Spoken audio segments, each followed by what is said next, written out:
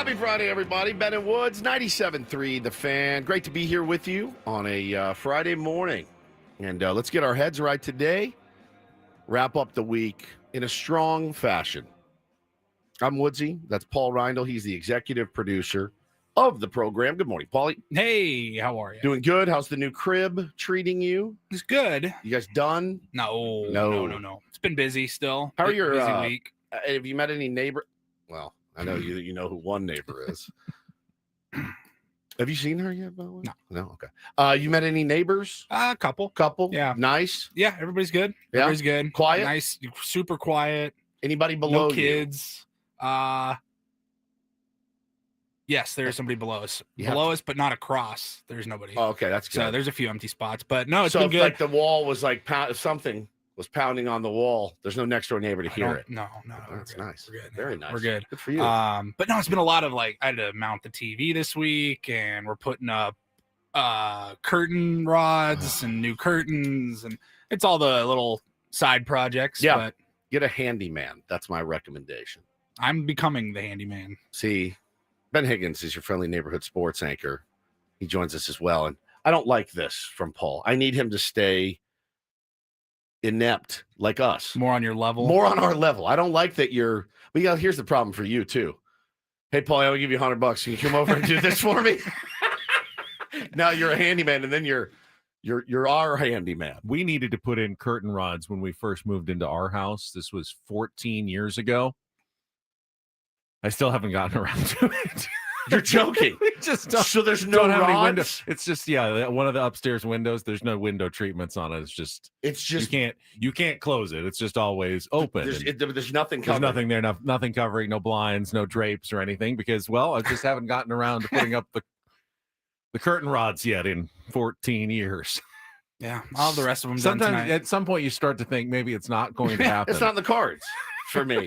When we first moved into our house, my wife put up curtains in our bedroom that were sheer, see-through. Ooh. And it would come home, and I'd want to take a nap, and I'm like, why would you get curtain rods for a curtain that you can see right through? And if somebody's in the backyard, like the guy that does the yard, if he's in the backyard, hey, what are you doing? You napping? It's 11:30, buddy. I go, you got to get some real curtains in here. So she's like, fine.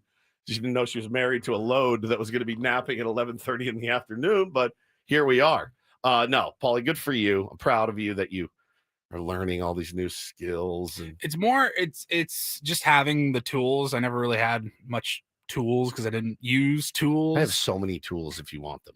See, that surprises me. Don't ever buy tools. You said that. I was keep getting them for gifts. Like, people want me. My wife's giving me. I think my mother-in-law's giving me. Just quit giving me tools. I'm never going to use them. They literally go to waste. I had to go to the store to get a socket wrench set. No. When I was mounting the television. I have one. I would have given you one. I'm like, well, forgive me for not going to me. Having Stephen Woods be the first person that pops into my brain for who do I know that's got some tools for sure that they'll let me borrow. Woods probably has a bunch of tools. Next time you need anything, you just let me know. I've got it. All and right. it gets gifted to me by people that it's like they're projecting what they want me to be onto me. You know what I'm saying? I remember my mother-in-law was so offended. One Christmas, she gave me Hoka running shoes. And I looked at her, I was like, what are you saying? Never asked for running shoes. I don't run ever. I run to first base and then back to the dugout because I take a non-runner. I'm not going to jog. So I don't need these. I was very offended by it. And I got the Hokas, and the soles were 7 inches thick too. Now I'm 50. I own Hokas now. This was when I was like 43.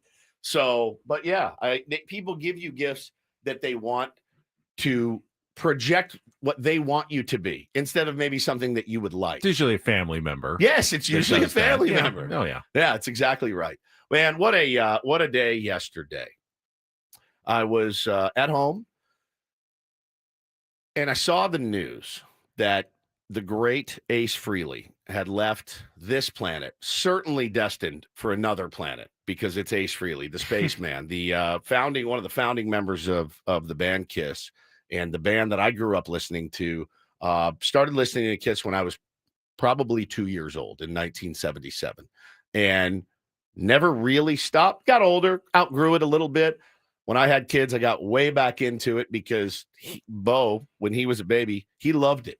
He loved it. So saw the news yesterday that Ace Frehley was on life support after a fall in his studio, had a brain bleed. And then a few hours later, it came out that he had passed away. Ace was a local. Ace lived in Rancho Santa Fe. Did not know that. Yeah, man. And I did. And creepily, several years ago, probably 5 years ago, my mother-in-law like vaguely knew the woman he was dating that lived there, and he lived there with her. And I think I dropped her a DM on Instagram to say essentially like, my son's 2. Ace is the one he naturally gravitated to, just like I did when I was 2. Ace was my guy. I dressed up like him for Halloween. Back in the day, you could go into it was called, where I lived, Mott's Dime Store. They called it a dime store. I don't know if they have them here, but that's what they called it back then. And they had Kiss Halloween costumes. And it was the ones, remember, Benny, like the ones you kind of put around, you tie, and it's the outfit. Yeah, and like then an apron, smock. Like a smock. And then you put the real uncomfortable, painful plastic mask on, and it had the long hair. I picked Ace when I was 2-3 years old. Bo loved Ace. And so I like DM'd her and was like, if there is any way to get a picture, like I'll come to you.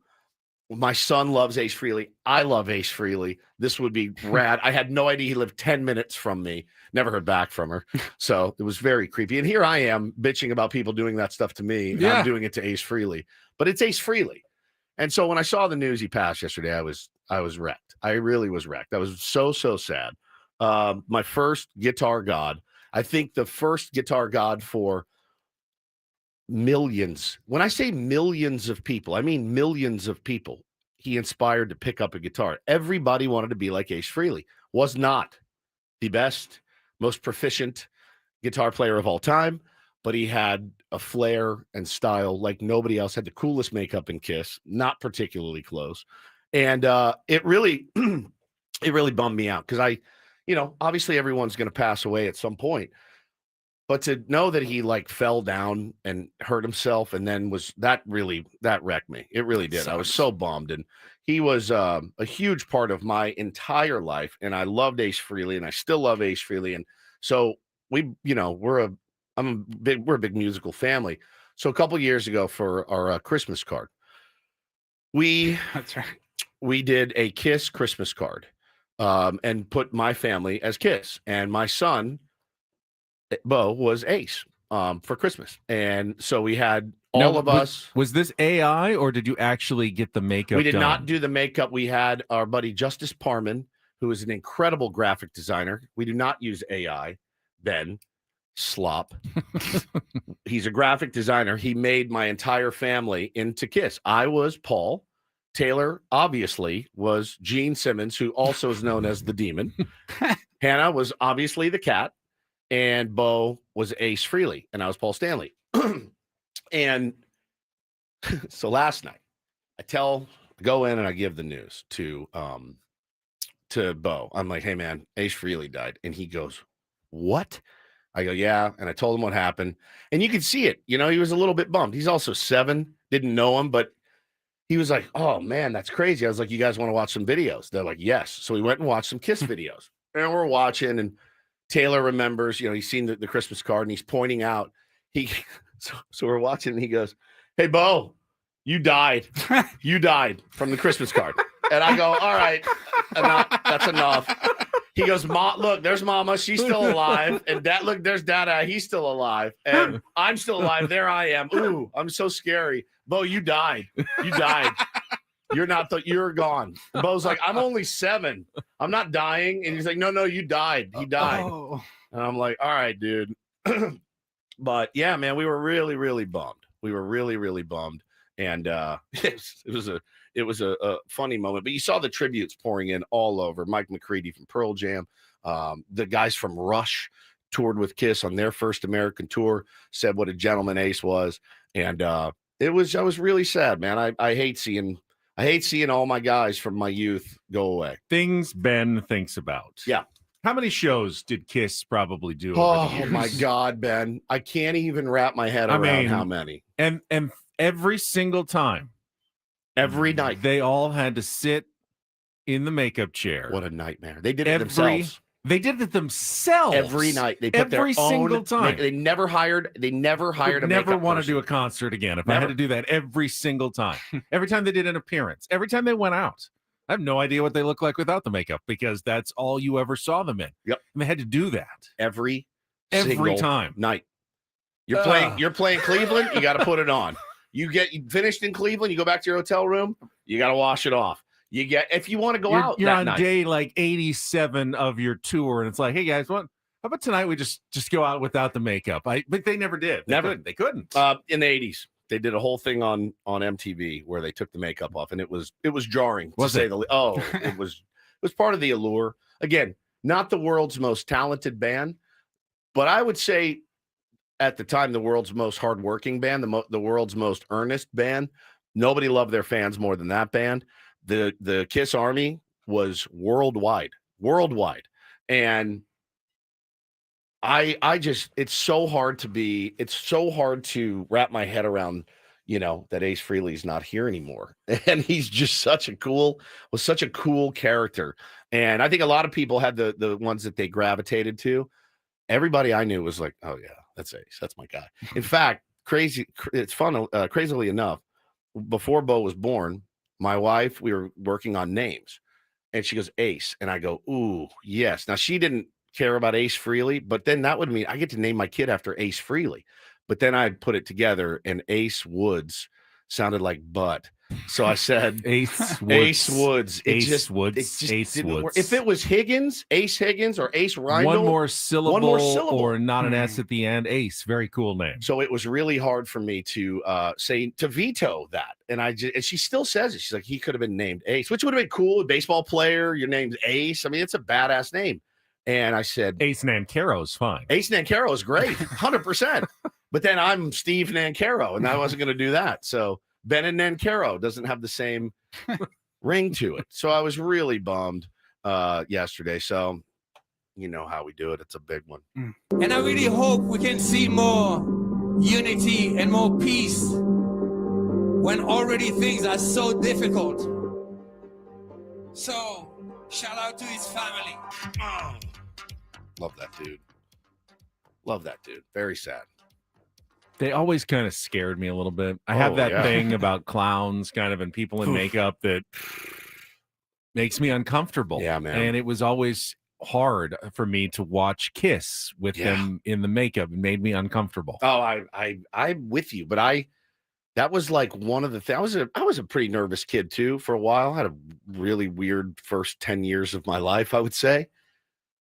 And I felt the same, but it excited me. I went towards it, which really speaks volumes about who I ended up being. And you went away from it, which also speaks volumes about who you ended up being. But you couldn't deny the greatness that band was. And I was listening to them last night, and their chords are a little jangly and a little basic, and the lyrics are a little cheesy. And by a little cheesy, I mean a lot.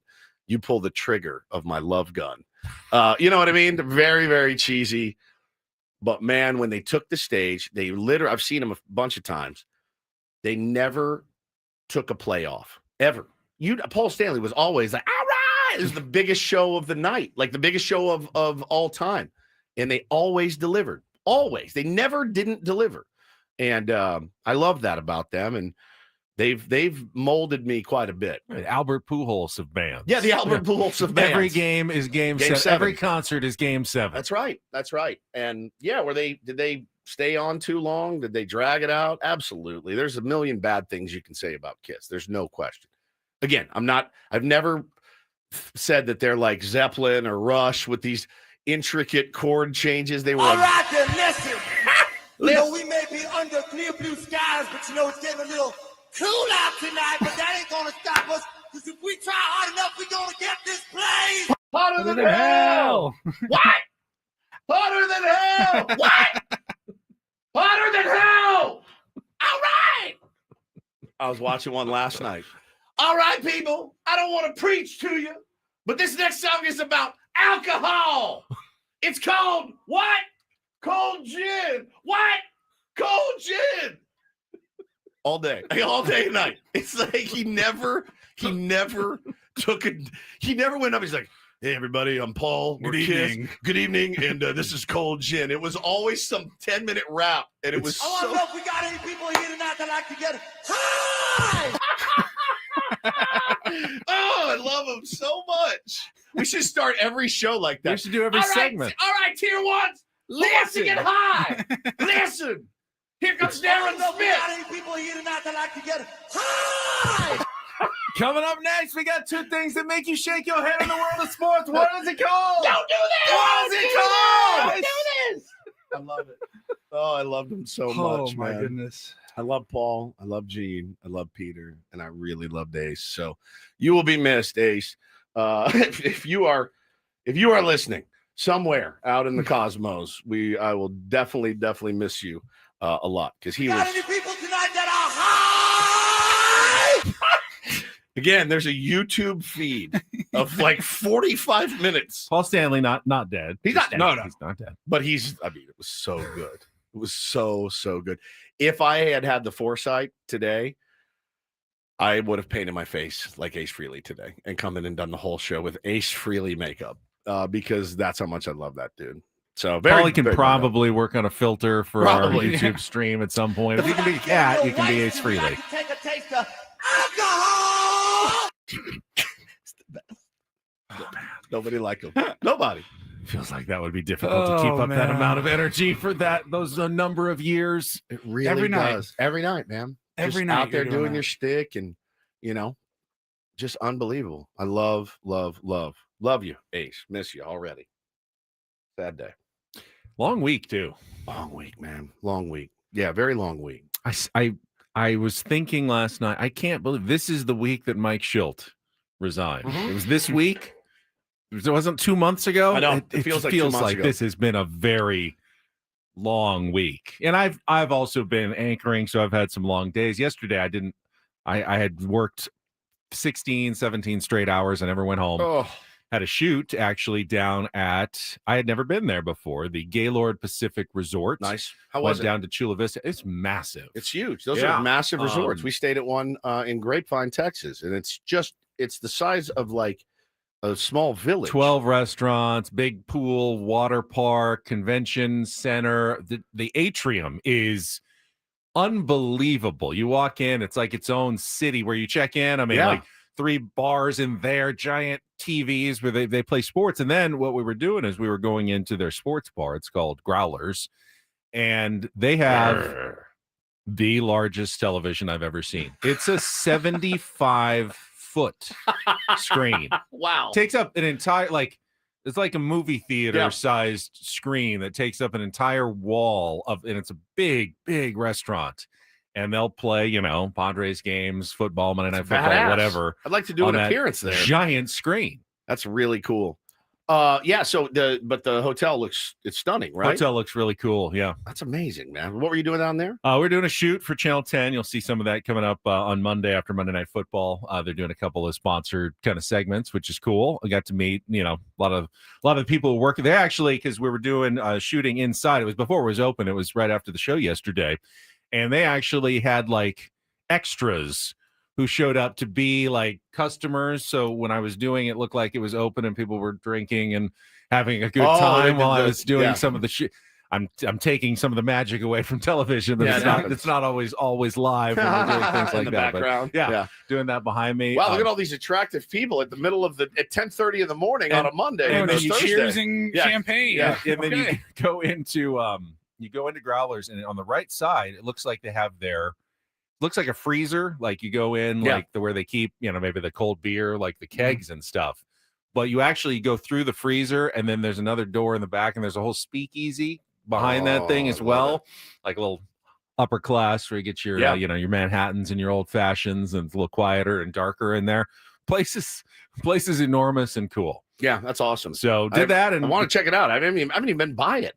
I've driven by it on the freeway a couple times. Yeah, and because I was right there and I was wrapping up around 11:30 and had about an hour to kill before I had to go back to work, I went to Mile, 7 Mile Casino. and I had my Kung Pao chicken for lunch, and it was so Gambling good. problem? Call 1-800-GAMBLER. GEG 000-466. I For saw full the- list of games and rules, played at 7 Mile Casino. I Visit saw 7 the Mile picture Casino. you posted yeah. on Instagram. Elite Kung Pao chicken for lunch at 7 Mile Casino. You are quite the influencer now. The night before, there was you on the anchor desk. There was. Oh yeah. Nothing on Ben and Woods, though. Huh. Like a picture of me, Or like, I don't know, us. us, Yeah. Anything? Just- on my account. Yeah. We have a show account for us. I thought my account was for me. Why is Channel 10 getting love then at the anchor desk? Well, I just thought it was kind of cool to show what I was seeing I see. there. I get it. Does it? Yeah. You get to see us here the I whole get it. time. That's There's true. nothing really. Well, don't people get to see you on TV? Yeah, but not the other way. Not the other side. So we can get a picture like this. What does the back of TV look like? You see the front of TV. I wanted It's to show you fine. the back of TV. It's absolutely fine. All right. It's fine. That's fine. We're used to it. It's good. You have fun? It's been a long week. Yeah. It was a long day, but it was a good day. I was just saying it's been a long week. A lot of weird Padres news all week long that we didn't expect, and we got another story to dive into this morning. Dennis Lynn has just put out Oh no. his latest piece Oh, with no. Ken Rosenthal. Oh no. I'll read you the title. Amid another Padres manager search, GM AJ Preller's future remains uncertain. Here we go.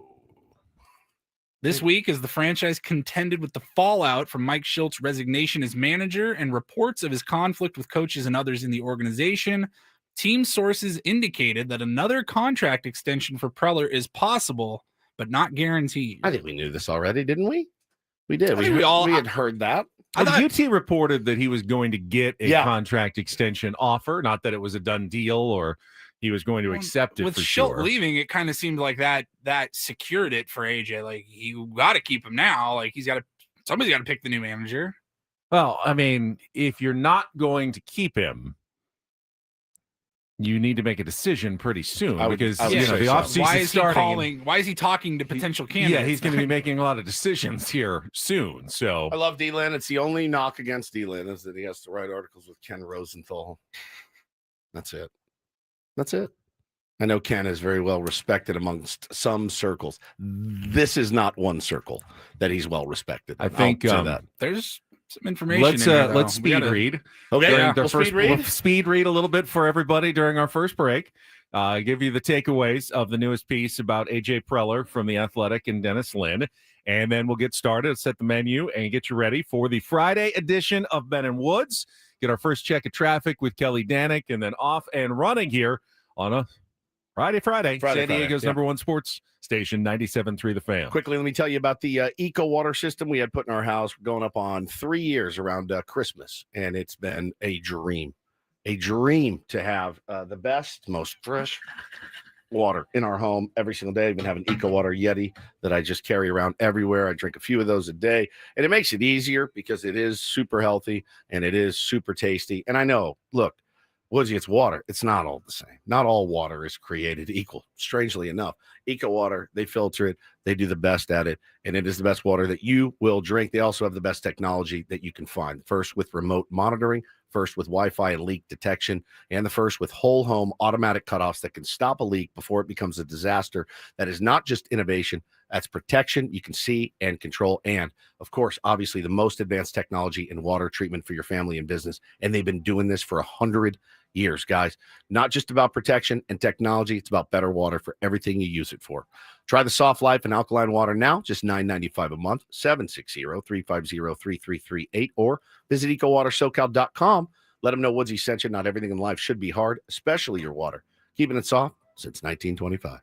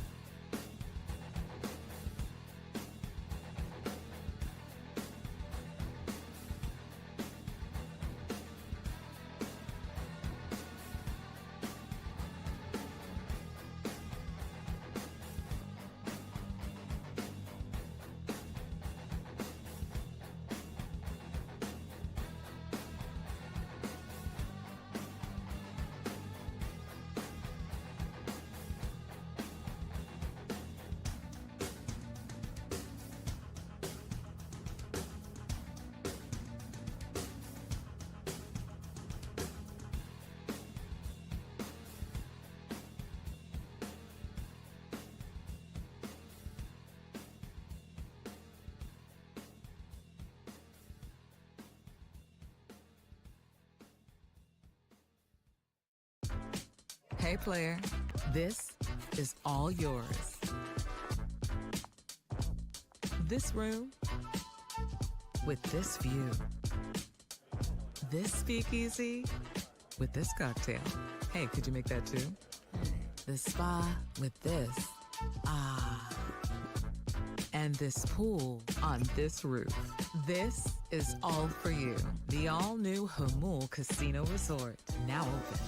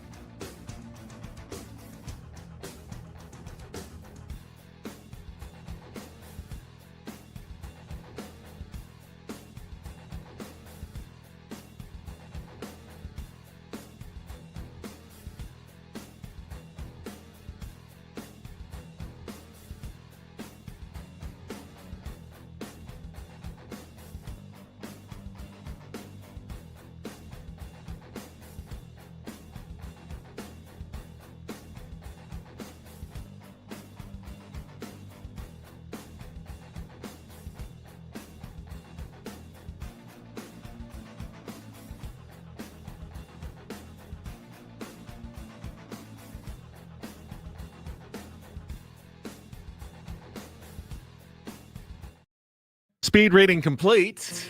And yeah, we got a few details. Interesting stuff for you from Dennis Lynn and Ken Rosenthal's piece in The Athletic about the Padres, AJ Preller and Eric Grupner that just dropped this morning. Quickly set the menu for what we've got coming up on the program today. Making some changes on the fly because obviously we'll start there with all the new stuff we just learned. We'll talk about the two games yesterday in Major League Baseball. Darren Smith will join us at 7:35 as he does each and every Friday on our David P. Shapiro fan hotline. Facing criminal charges, trust David P. Shapiro criminal defense attorneys helping clients regain control since 2010. Visit davidpshapirolaw.com. Second half of the program, we'll have our regular features like Take on Woods, Reindl Report, and some more. We'll have a Saturday schedule, hopefully, for college football. And let's just get right to this piece, though, because certainly some interesting stuff here, Woods, about A.J. Preller's future. We knew he was going into the last year of his contract. We knew he kind of sidestepped the questions about his future at the news conference earlier this week when he discussed Mike Schilt's retirement. Has been reported from most sources that, you know, the talks are going to happen or that he's going to get an offer of a contract extension. But this piece certainly raises some doubt that A.J. Preller does have a long-term future with the San Diego Padres. You, my friend, I want to give you an immense amount of credit for the line that you had last week or the week before. AJ Preller built this machine and is the only person that can run it. It's been living rent-free in my head since you said it. And I went, I don't know that one could put it better than that. And I told Reiner, my buddy in Dallas, the longtime Dallas radio host, that exact phrase. And he goes, man, what a great line. And he goes, and isn't that the goal of every single GM on the planet? Build a machine that only you can run. I can't wrap my head around. And I think I'm so in the keep AJ Preller camp because of that exact statement. I can't wrap my head around anybody else scouting for us, anybody else amassing talent like he has, anybody else trading the talent like he has, and anybody else getting creative as he did last year with Pavetta and, things like that. He's a creative guy. He's a hardworking guy. And I admire those qualities about him. And one thing, again, it all falls down to me, does that man want to bring a championship to the city of San Diego at any and all costs? The answer is unequivocally yes. You can hate him, you can love him, whatever. You cannot deny that it consumes him. And I can't wrap my head around another dude coming in and going, okay, or anybody else, another person, another woman, could be Kim Ng, right?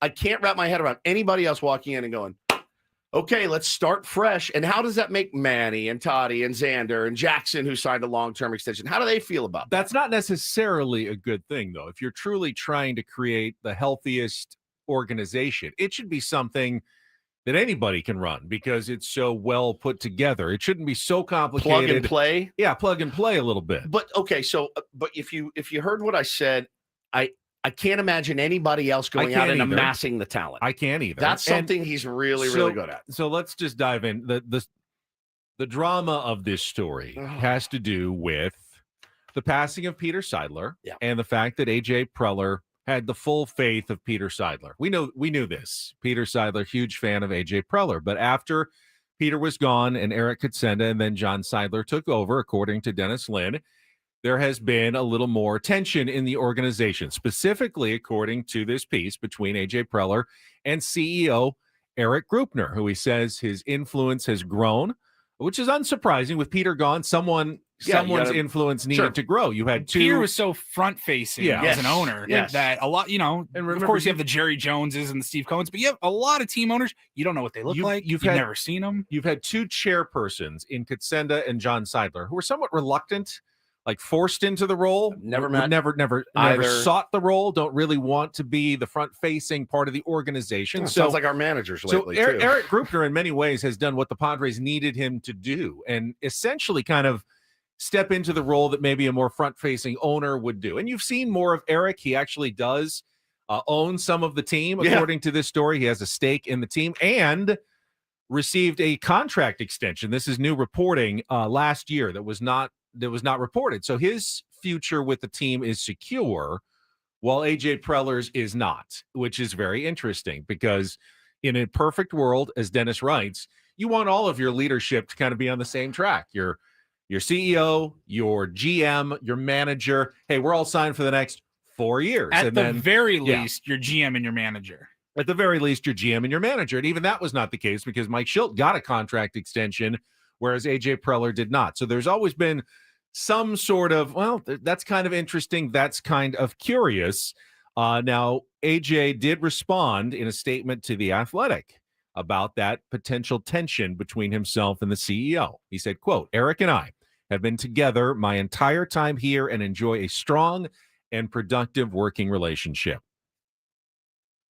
It's not exactly hallelujahs with that statement. If I told you, if someone asked about Ben and Woods, and I said, Woods and I have been together my entire time here, and we enjoy a strong and productive working relationship, would that not raise some alarm bells? I would say in the strength of our relationship.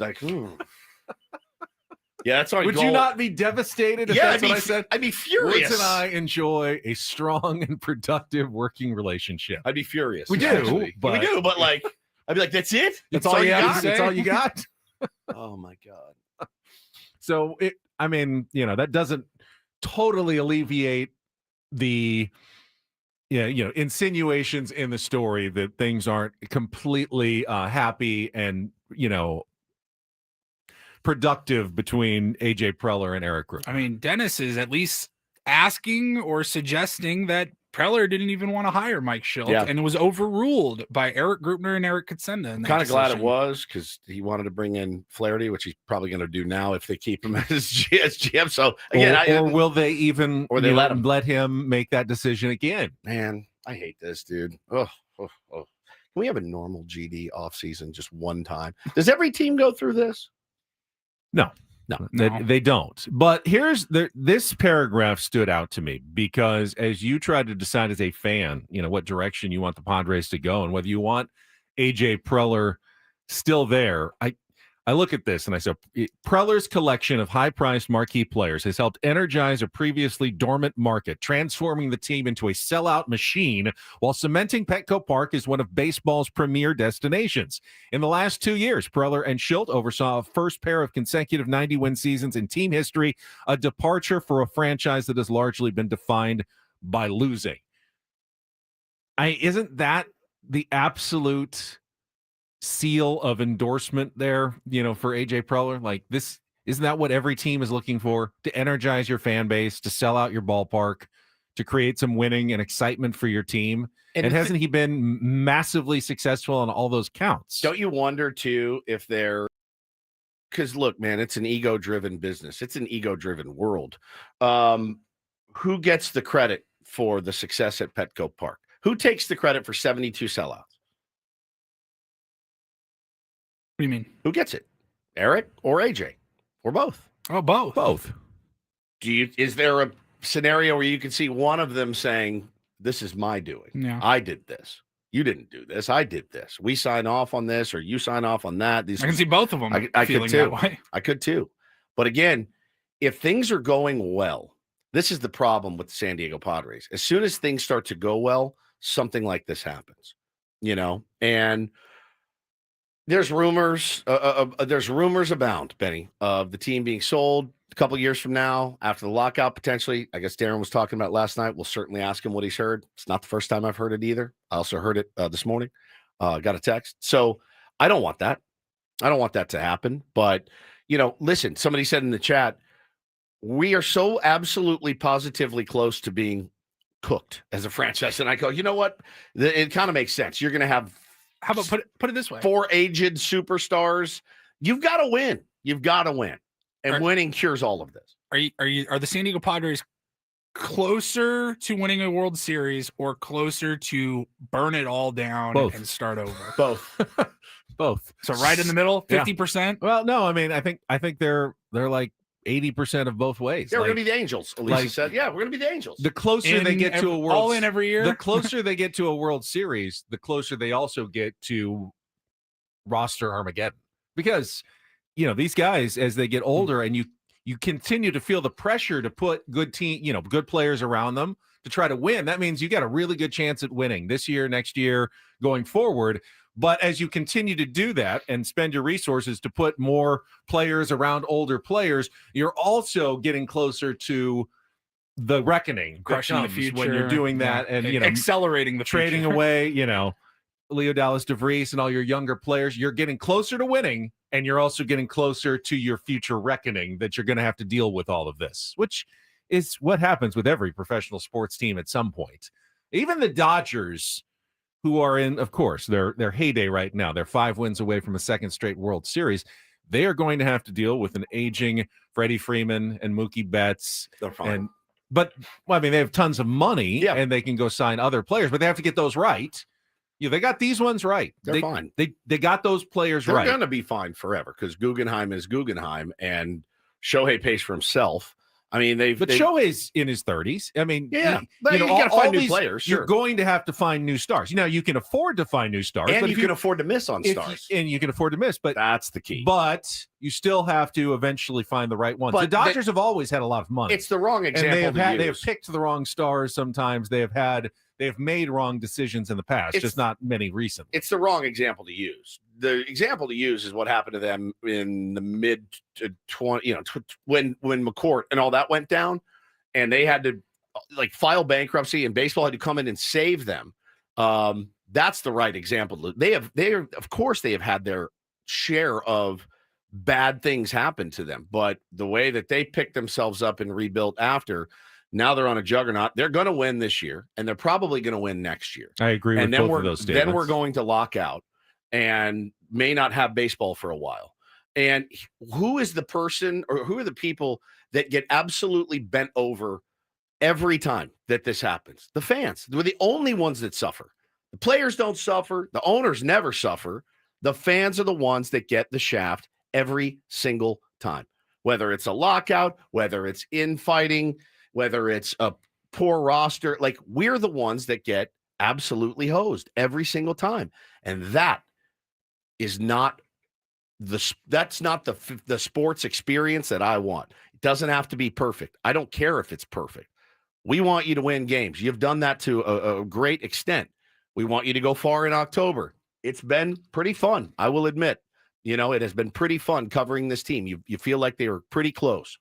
But, man, you cannot go backwards. And I don't care about your drama. I don't care about your infighting. Figure it out. You're big boys. You're grown men. Put your egos aside. Keep in mind, the only people that matter are the fans of the San Diego Padres. It's the only people. People are broke. They are putting themselves into hock to go to your games. Figure it out. Figure out your money. Figure out your egos. Put it aside and stop railroading the fans.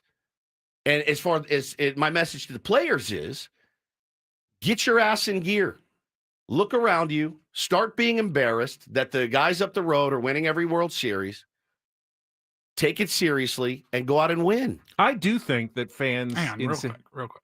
I wish these microphones weren't so screwed in and you could drop it. That was... Drop the mic. I could not agree more with every single thing that you just said. I disagree a little bit in that I think fans in San Diego have been treated well recently. I mean, this is what we've wanted. Of course. We get to this point is what I'm saying. I said you can't go backwards. Yes, you cannot go backwards. No, but from both of those guys, from Eric Grupner and AJ Preller, 100%. we get what we want. From Eric Grupner, we get a best-in-class stadium experience. Every time. You know, food, entertainment, everything. You can't go backwards. From AJ Preller, we get a top-line roster, you know, that is exciting, that is competitive every season. So we have gotten everything we've wanted from both of those guys, except for the final destination, which is very difficult. I'm not going to say it's easy to win a World Series because we all know it's not. You can't buy a World Series. You cannot go backwards. You cannot go backwards. I'm talking about this article. I'm talking about the Mike Schilt stuff. I'm talking about the Bob Melvin stuff. I'm talking about power struggle. Power struggle is fine. I understand it. Okay. There's some dimension of that in every business. Every business has it. Nothing is hunky-dory. Nothing is perfect. And I don't expect you to be. I actually like that I like that it's a little bit edgy. I do. Yeah, and you know, I can see it. If I'm AJ Preller, I'm president of baseball operations. I've been doing this for 10 years. I've put together a roster that's selling out this park. You're not going to let me even hire the manager I want. If I'm Eric Grupner, I'm going, you have done a really shaky job of hiring other managers. I want to put my thumb on the scale a little bit, you know, and, you know, Mike Schilt did some good things. You know, we worked on that together. I want to make sure I've got my say in it again. Doesn't make either of them a bad person for having that idea. It doesn't. It makes them both passionate about winning and wanting the Padres to be good. I cannot deny. And maybe seeing it slightly different way. Now, can they work together or not? Can they coexist or not? I guess we'll find out. That now, what else is out there? Because this piece by Dennis Lin also suggests that AJ Preller at some point may say, all right, if I'm not going to be able to GM the team the way I want to GM and pick my own managers, should I go elsewhere? And that was addressed in this piece, and I want to get to that after a check of traffic here on 97.3 The Fan. From the 855 Get Ross Traffic Center, protecting San Diego after accidents or injury, here's Kelly Danick. Traffic is brought to you by Creative Repipe, the repipe experts. Looking pretty good on our roads this time. We have reports, however, of a possible brush or encampment fire. South 125 near Otay Mesa Road. Some smoke visible from the right shoulder. That crash has cleared on northbound 5 before H Street. Speed's looking good there. The ride out of the East County, it's starting to heat up just a bit. Westbound 52 out of Santee. South 15, South 5, both looking nice for you coming down from the North County. Before that drip becomes a flood, call Creative Repipe for whole house repipes. Financing available, and 97.3 The Fan listeners get a 20% discount plus a lifetime warranty. Call 619-399-2880 or visit creativerepipe.com. I'm Kelly Danek with Ben and Wood, San Diego's #1 sports station, 97.3 The Fan. Now, remember what A.J. Preller said on Tuesday. Said, I love the Padres, the city of San Diego, proud of what we've built here, and I'm looking forward to the offseason work ahead, but did not comment further on his future. We discussed last week, I believe with Darren when he was on last Friday, about A.J. Preller's potential future contract status and whether he was interested in other jobs. Now, there's only one other GM job out there that's open. And it is a banger. It is the Colorado Rockies, as Dennis writes, the only team with an opening for their head of baseball operations. They've already started interviews. Toronto Blue Jays executive James Click. Remember him from the Astros? From the Astros. Yep. Royals assistant GM Scott Sharp. Guardians assistant GM Matt Foreman have interviewed for that position. For Preller to become involved, Padres would need to grant permission for the Rockies to speak to him and allow him out of the final year of his contract. Does that sound familiar? The way they did with Bob Melvin when he left to become manager of the San Francisco Giants. So there is a scenario in which AJ could leave now if, the Padres say, well, if you want to interview for the Rockies job and they want to hire you, we can let you out of the last year of your deal. But this would have to happen really fast. I mean, to not have a GM while you're in the middle of a manager search, then you'd have to start a general manager search concurrently with a manager search. I don't know how that could be necessarily good for the team this offseason. It'd be tough to come in with a plan now to run, as I said, the machine that really only AJ Preller can run. Yeah. And it's the only guy I trust to operate that machine. And try to take over on the fly. Yeah. Without really much prep time.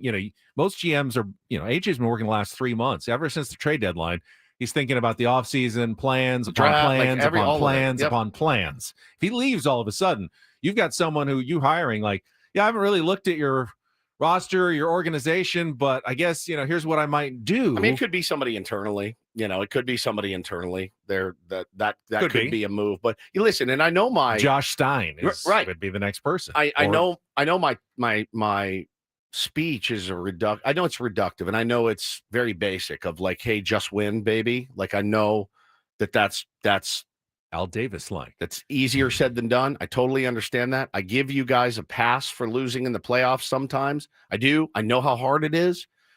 I know that. Keep getting chances and keep getting shots. My underlying point is you cannot afford to. Baseball is already going backwards at the end of next season. It's going to happen. They're already going to go backwards. Make sure you're ready for it. This is what I'm saying. Make sure you're aligned. I hear all this stuff all the time. Oh, everyone's pulling on the same rope, and clearly, no one was. Clearly, nobody had the same rope, and they weren't pulling on it the same way. I got a tweet last night. Woodsy, how did we win 90 games with all this crap going on behind the scenes with Shilton as coaches? And I go, because of talent. I would say they're pulling different ropes in the same direction. Yeah. We all have our own rope. They're not on the same And they all rope. want to win, and they all want to do what's best for the Padres, but they're kind of all pulling three different ropes. Yeah. Schilt, Preller, Grupner. They want the rope to go to the same place. They want to pull that cart in the same direction, but can you get there? They're not on the same rope. If there's as much dysfunction as reported, it will be extremely, extremely difficult, not impossible to get there. But if there is infighting and ego battles, it makes the already impossible but there is in every job. Organization. There is, but not that it's written about constantly. Right? Not that I'm sure Dombrowski and his bosses beef. I'm sure Cashman and Boone beef. I'm sure they do. It's Hal Steinbrenner. And it's just not written about like it is here. And we're not on the cusp of being sold every year. All this stuff. It's very disheartening. All right, let's take a timeout. When we come back, I want to talk about the NLCS Game 3, ALCS Game 4 last night. More baseball on the way. Ben Wood, San Diego's #1 sports station, 97.3 The Fan.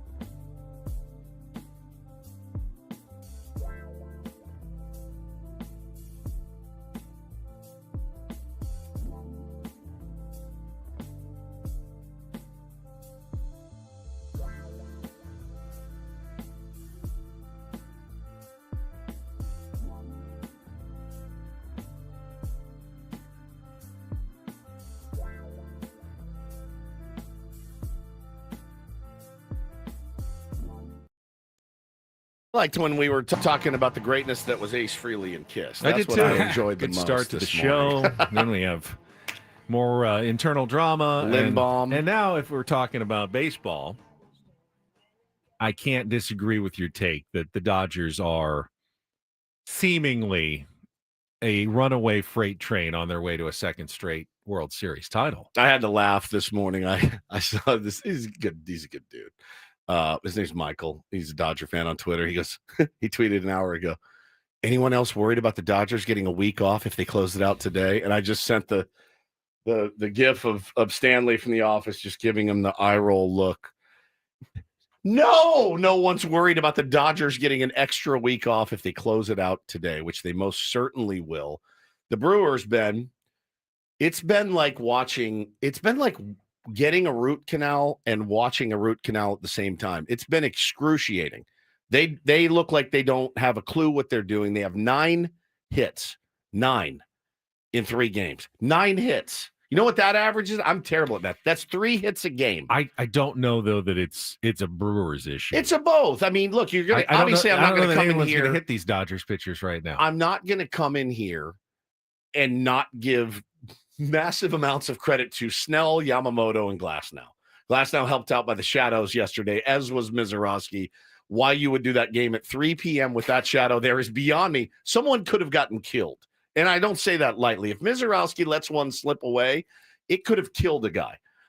You couldn't see it. They kept showing the view. Yeah, I mean, that's part of postseason baseball. Is the elements. You're getting the best pitchers. You're also getting these weird times and shadows. There's a reason like 70% of playoff games have ended 3-1. Right. Just like last night's did. Yep. 2 of the Padres games ended 3-1. One of them ended 3-0. 3-1. It's the score of the postseason in 2025. I just don't see the Blue Jays or Mariners. Both have good offenses, but are they going to hit these Dodgers pitchers consistently in the World Series? Right. I don't think so. The game was close. I mean, the Brewers pitched well. Miz was really good. 5 innings, 3 hits. It's great. The walks hurt him at the end. Similar to what Tyler Glasnow was, 5 2/3 innings, 3 hits. But he only walked the 1, but an error hurt as well. For Miz? I thought he walked 2 straight. No? He didn't throw that pick off. Uribe. Oh, that's right. It was Uribe who came in and then allowed the inherited run to score. So, but no, like they're going to be, it's over, man. It's over. I actually stupidly said Dodgers in 5. I guess I don't know ball. It's going to be Dodgers in 4. There is blood in the water. I loved what Mookie. You can't even get mad at these guys because they're winners, man. They talked to Mookie after. Hey, how do you feel about being up 3-0? He goes, I have no emotion about it at all. The job's not done. And I went, that's a stone cold killer. Curse you forever, Boston. Curse you forever, Atlanta. Curse you forever, Anaheim. All you idiots had to do was pay your generational superstars what they deserved, and we wouldn't be going through this mess as Padres fans. The Dodgers are also. How do you even root for the Red Sox anymore? What's the equivalent? Tatis? You let that guy go. You let him walk over money. You're the Boston Red Sox. Comp, yeah. You let him walk over. How do you even root for that team, knowing that they let him go over money? We've also said, though, the rules don't really apply to the Dodgers somehow. Right. The decisions they make. You move a guy to shortstop like they did, works. That comes back and bites most teams. It's not working. Defense. He's been fantastic. Gold Glove nominee. He made an unbelievable play. The old Jeter play. He said he's never practiced it once. Of course. I just decided to break it out in the playoffs. I tip my hat. As much as I hate that team, I have to show respect and tip my hat because watching them play is like watching the world's greatest surgeon cut somebody up. They're incredible. You can't say you'd be a fool to get on here and say that they haven't done it perfectly. The way that they handled the regular season, it was a calculated risk. It worked out for them. Everything seems to, and it certainly is right now. Deepest pitching staff, starting pitching staff, deepest lineup in baseball. They have one flaw. It's their bullpen. And they've completely hidden it essentially in the playoffs. See, last night, and Roki Sasaki fixed half of the problem for them by being available and throwing 100 in October. Yesterday, you looked at it and you went, okay, Vesey is in. They're going to cough this up. They didn't. Treinen came in and started throwing Frisbees that were, he left one up. They missed it.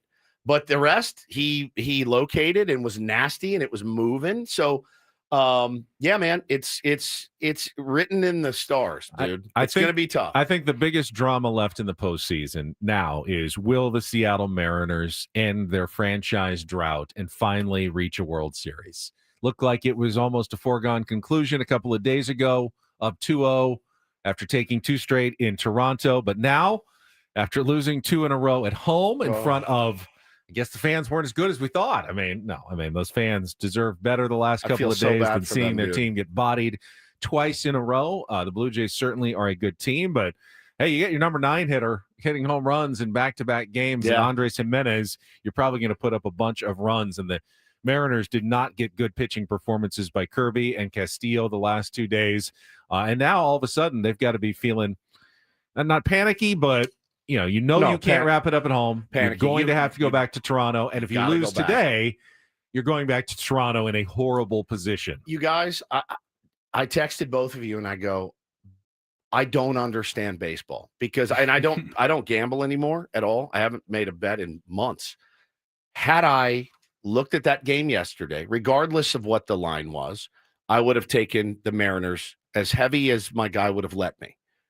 Because I'm looking at it going, Max Scherzer hasn't thrown a competitive pitch in 3 weeks. He's also... And when he did, he had given up, 19 runs in 21 innings. Yep. So Max Scherzer is fully cooked. Fully. Like cooked as cooked can be. And I said, Luis Castillo is an absolute rock for that team. He is going to go out and shove in front of the 50,000 wild Seattleites. Is that what they're called, Paulie? Seattleites? Mm-hmm. The wild Seattleites that are going to be screaming from first pitch. He's going to throw at least 5, probably 6, and he's going to get this team to 3-1. He got rocked. It was terrible. Shortest outing of his career, pitch-wise. It just makes no sense, man. And again, you talk about the lights getting bright in October. You looked at it. You looked at it right there. You saw it. And Max Scherzer goes out and gives you 5 complete or 6 complete. Got into the 6. 5 and 2/3. 3 hits. 2 runs, 4 walks, but didn't hurt him too badly, and 5 strikeouts. Had the vintage curveball working that was so deep and nasty, and kind of willed and gutted his way through that. Now, if they end up going to the World Series, is he going to be able to continue that? Who knows? But they still got to get through this one. Seattle needs to figure out a way to right the ship. But it was, they got absolutely bodied 2 games in a row at home. Gad, the moment, of course, that everyone was talking about in the 5th when manager John Schneider came out and Max Scherzer screamed at him. I've been trying to read his lips for every time I saw it. I have no idea what he said. He was like, it was almost like the lip reading. Guttural. He was like, that's what I heard when I saw it. I'm just going to say, I don't like Max Scherzer. I've never liked Max Scherzer. That he's the only pitcher who's ever pitched for 8 different teams in the postseason. Does that tell you something a little bit about Max Scherzer as well? The act that he puts on, and I'm not saying it's not genuine. He's genuinely a crazy person when he's out there competing. But if I was another player, it would drive me crazy. Yeah, unless you won. If you won the ring, you would love him. You'd love him. You'd hate him playing against him. I don't know. I wouldn't want to play with him. I really wouldn't, because the implication is Max Scherzer cares more than everybody else. No, and until you care as much as Max Scherzer, then you're not doing it well enough. I don't. And if you had a team full of 26 Max Scherzers, go crazy. It would be a nightmare. It would be a nightmare. Yeah, but you only got one, and he came through yesterday in a spot that. But why is he so special that he gets to be the one? What do you mean? That's his personality. I don't look. Those guys are crazy. I don't like that necessarily either. But I think he's obviously he's had a great career, and the fact that he was able to turn back the clock a little bit last night. I was massively impressed. And like I said, I would have lost $1,000 on that game because that was easy money. I'm looking at that thing going, this is a joke. And by the way, he walked 2 in a row. He tried to give it away to Seattle. They didn't capitalize. And now, Benny, the panic. Base running mistake did not help them there. Had the tying run going to be coming up. Naylor got thrown out at third. A guy got picked off first. It's just the lights get bright. you start going outside of your comfort zone, just like the Brewers are doing. They're not the Brewers that won 96 games. You watch this team and you go, how'd you guys win 65 games? I mean, really? Like, you look at them and they're little. They just like little dudes up there trying to slap balls into the gap off of these incredible pitchers that the Dodgers have. And I'm telling you, man, like, it keeps reinforcing to me, and I don't know if you guys feel the same way. It keeps reinforcing to me, I don't care about the regular season anymore. I don't care. Build your team for October. All right, so Vlad Guerrero Jr. is having a monster postseason. Hit his 5th home run of the playoffs last night. And, you know, I don't follow the Blue Jays in the regular season that closely, you know, but he went back and looked, and he didn't have a particularly great regular season. It was fine. Vladdy, yeah, it was okay. It was okay. He had 23 home runs, 2 less than Tatis. I mean, you think that guy is, he's a monster. Monster power. Tatis, who we all said had a disappointing power season, had more home runs than Vlad Guerrero Jr. Their OPS-wise, average-wise, Vlad a little better than Tatis. Tatis, though, had 2 more WAR than Vlad Guerrero Jr. Really good comp between those two players. Yeah. Vlad Guerrero Jr. has had a chance now to shine on the postseason stage. The 5 bombs? 5 bombs, yeah. Man. I think that's what you're hoping for from Tatis. He's done it in other playoffs where he's been a monster. He can be a monster like Vlad is. Wasn't a monster this year for the Padres. In 3 games, never really got a chance to get going, didn't get going, and the Padres were out. Yeah. Same thing could have happened to Vlad Jr. very easily. They lose a couple of games early, doesn't get a chance to get going, but he had the opportunity, and he is now cashing in with a postseason, that is cementing or building on his, his legacy and reputation. And people will point to this now.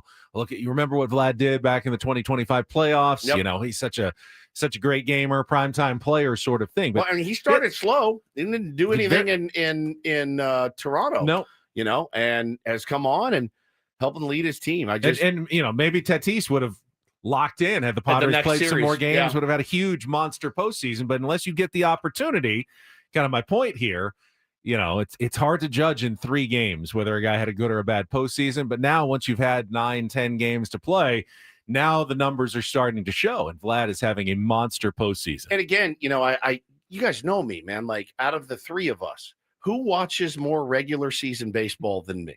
Or do you guys? No, you watch. I watch the most. I love baseball. I love the regular season. I'm watching these playoffs going, oh God, it's making me literally not care. It's making me not care. I just want to build a team for October. Now, and follow me here, Benny. Talked to Skip the other day, said, how do you win in October? He said, Woodsy, one word, it's slug. Okay, we've heard that. We've heard all the stats. The team with the most home runs wins 95, whatever the stats say. It bears it out. In a big sample size, big enough to know, all right, we got to hit the ball out of the ballpark. If you built your team for slug and they got to the postseason and they didn't slug, is there going to be anyone am I going to come on the airwaves on Monday and go, should have gotten some slap contact, guys, man? No, I'm not. It's hard to hit. They didn't hit. But we have the right team. The slug they're getting is from the player who's the most like the player we have in Tatis. I know. They didn't get slug from Vlad Jr. this season. No, they got 25 bombs. 23 bombs. 23. But he's doing it in the playoffs. So you could say they didn't build their way. They didn't build themselves for this, but they're getting it now. Well, so did the Padres. He's a slugger. So is Manny Machado. So is Fernando Tatis Jr. They have sluggers on the team who didn't slug. Yeah. And the Blue Jays got their slug from some of the other guys on the roster who haven't really been doing it. They even have Bo Bichette play a game yet, in the postseason. Some of the other guys, Varsho, he had a couple of good games early, but he's been quieter lately. I mean, Ian says the Blue Jays are a contact team. They are very much. They strike out like the Padres, very, very little. Did they not slug a lot in the regular season? They slugged more than the Padres 40 for sure. home runs more than we did. Okay, yeah. They slugged. They had a deeper lineup. Comparing what the Blue Jays have that the Padres don't. They're not putting in a Luis Arraez. They don't have their 7 and 8 home run hitters at the bottom. At the bottom, they're getting 20 to 25 from those guys too. So those are the extra 40. The sluggers are the sluggers. I guess comparing anybody to the San Diego Padres slug wise, you're going to look, of course, way better. The Brewers weren't a slug team either. They still hit way more homers than the Padres. They were like 18th as opposed to 28th. Yeah. Everybody hit more, but it's not that the Padres sluggers aren't slugging enough. They didn't quite this year, but Tatis and Machado weren't the slug problem. Gavin Sheets wasn't the slug problem. It's those other guys who don't hit any, near the bottom of the order. The Fermin is, was a massive upgrade, but no slug at all. Half your roster can't be in single digits. No slug. Jake is not, a slug guy. He'll hit a few, but you can't hit enough home runs when 4 of your guys are single digit or just 10 home run hitters every season. Ray said Blue Jays led the league in OPS. That's on base plus slug. They got on base was amazing too. They got on base a lot this year. So getting on base and slugging them in is good. Third. They were third. No, it's still very good. Still very good. So again, and I hate that I'm in that, and maybe it's just the fact that I'm watching playoff games and it's making me sick that we're not in it. But I'm like, oh my God, this is what you live for. This is really what you play 162 for, and build your team with the ability to hit the ball in the gaps and hit the ball out of the ballpark. But again, I do realize that there's some factor of luck involved in that, because when you have guys that don't, Jimenez has just homered in 2 straight games. He's not a home run hitter. So it just, some guys shine brighter in October. But he's enough of one. He's enough of one at the bottom of the lineup is exactly what the Padres need. Something like that. Yep. That's the difference right now. All right, let's take a time out. When we come back, get to Don't Do This. One of our colleagues at the Fan in Pittsburgh sent out a tweet he might be regretting today. We can get to that coming up. Yeah, sometimes you don't place bets. Yeah, you don't make bets like this. I think that's not a great idea. Especially for one game on a Thursday night. I'll get to that coming up next, and then Darren Smith at the bottom of the hour. Ben Woods on San Diego's #1 sports station, 97.3 The Fan. Quickly, gang, not sure what your weekend plans are, but if you are in the market for a new whip, highly recommend heading down to Sedano Ford and Lincoln in La Mesa for the October Spooktacular savings going on right now. So we enjoy San Diego's endless fall sunshine and incredible savings. Manny Sedano, Marine vet, car matchmaker extraordinaire. Guy is firmly entrenched in the car business and really knows what he's doing. He's offering unbeatable deals like the 2025 Ford Mach-E Select for $341 a month and just $1 down. Need a truck? The 2025 Ford F-150 STX, again, $1 down, $467 a month. Grab the 2025 Bronco Sport Big Ben, just $1 down, $335 a month. And if you're looking for savings and luxury, how about the 2025 Lincoln Corsair Hybrid all-wheel drive, $355 a month on a 36-month lease. That's pretty incredible. Visit their inventory at Sedano Ford and Lincoln Megastore and fall into great savings with $1 down savings all month long. Let them know Woodsy sent you down there. For more details about these offers, go to SedanoFord.com or SedanoLincoln.com and keep it spooky.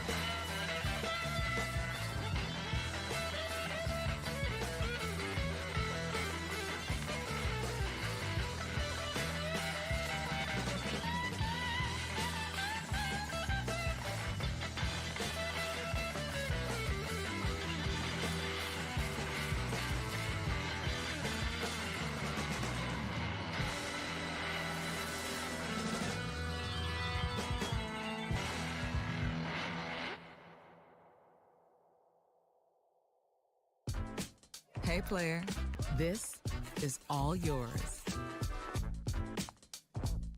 This room with this view. This speakeasy with this cocktail. Hey, could you make that too? The spa with this. Ah. And this pool on this roof. This is all for you. The all-new Hamul Casino Resort, now open.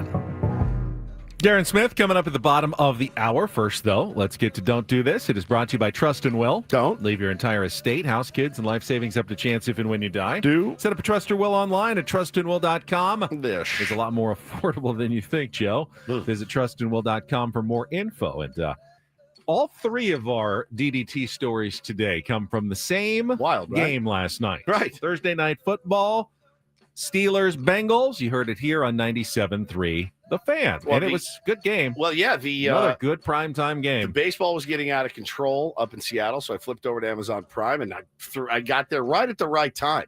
Aaron Rodgers has the ball. They're driving. They're down. I was watching at the same time. 30-24. 2 minutes left. 2:20 left. Yeah. At 30-24, Aaron Rodgers drops back, evades the rush, and a vintage Aaron Rodgers throw down the field. Touchdown. Steelers. I thought it was going to be intercepted. I mean, and he then threw it into through coverage. The defense, and then Freiermuth just ran to 68 yards all the way. Yep. But they scored too soon. So the Don't Do This was, as he is very, very excited. He's running off the field. He's kind of pumping his fist. He gets bodied and tackled from behind by his own teammate, then, Broderick Jones, who was so excited. He jumped on Aaron Rodgers and tackled him to the ground and landed on him.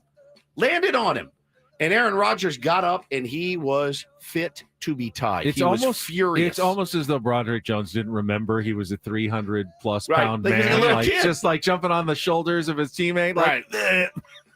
and bro, he's 41, and you got 200 pounds on the guy. Tore his ACL last year. I'd say. And Aaron was not happy about it. He was livid. Actually shoved him. Yeah.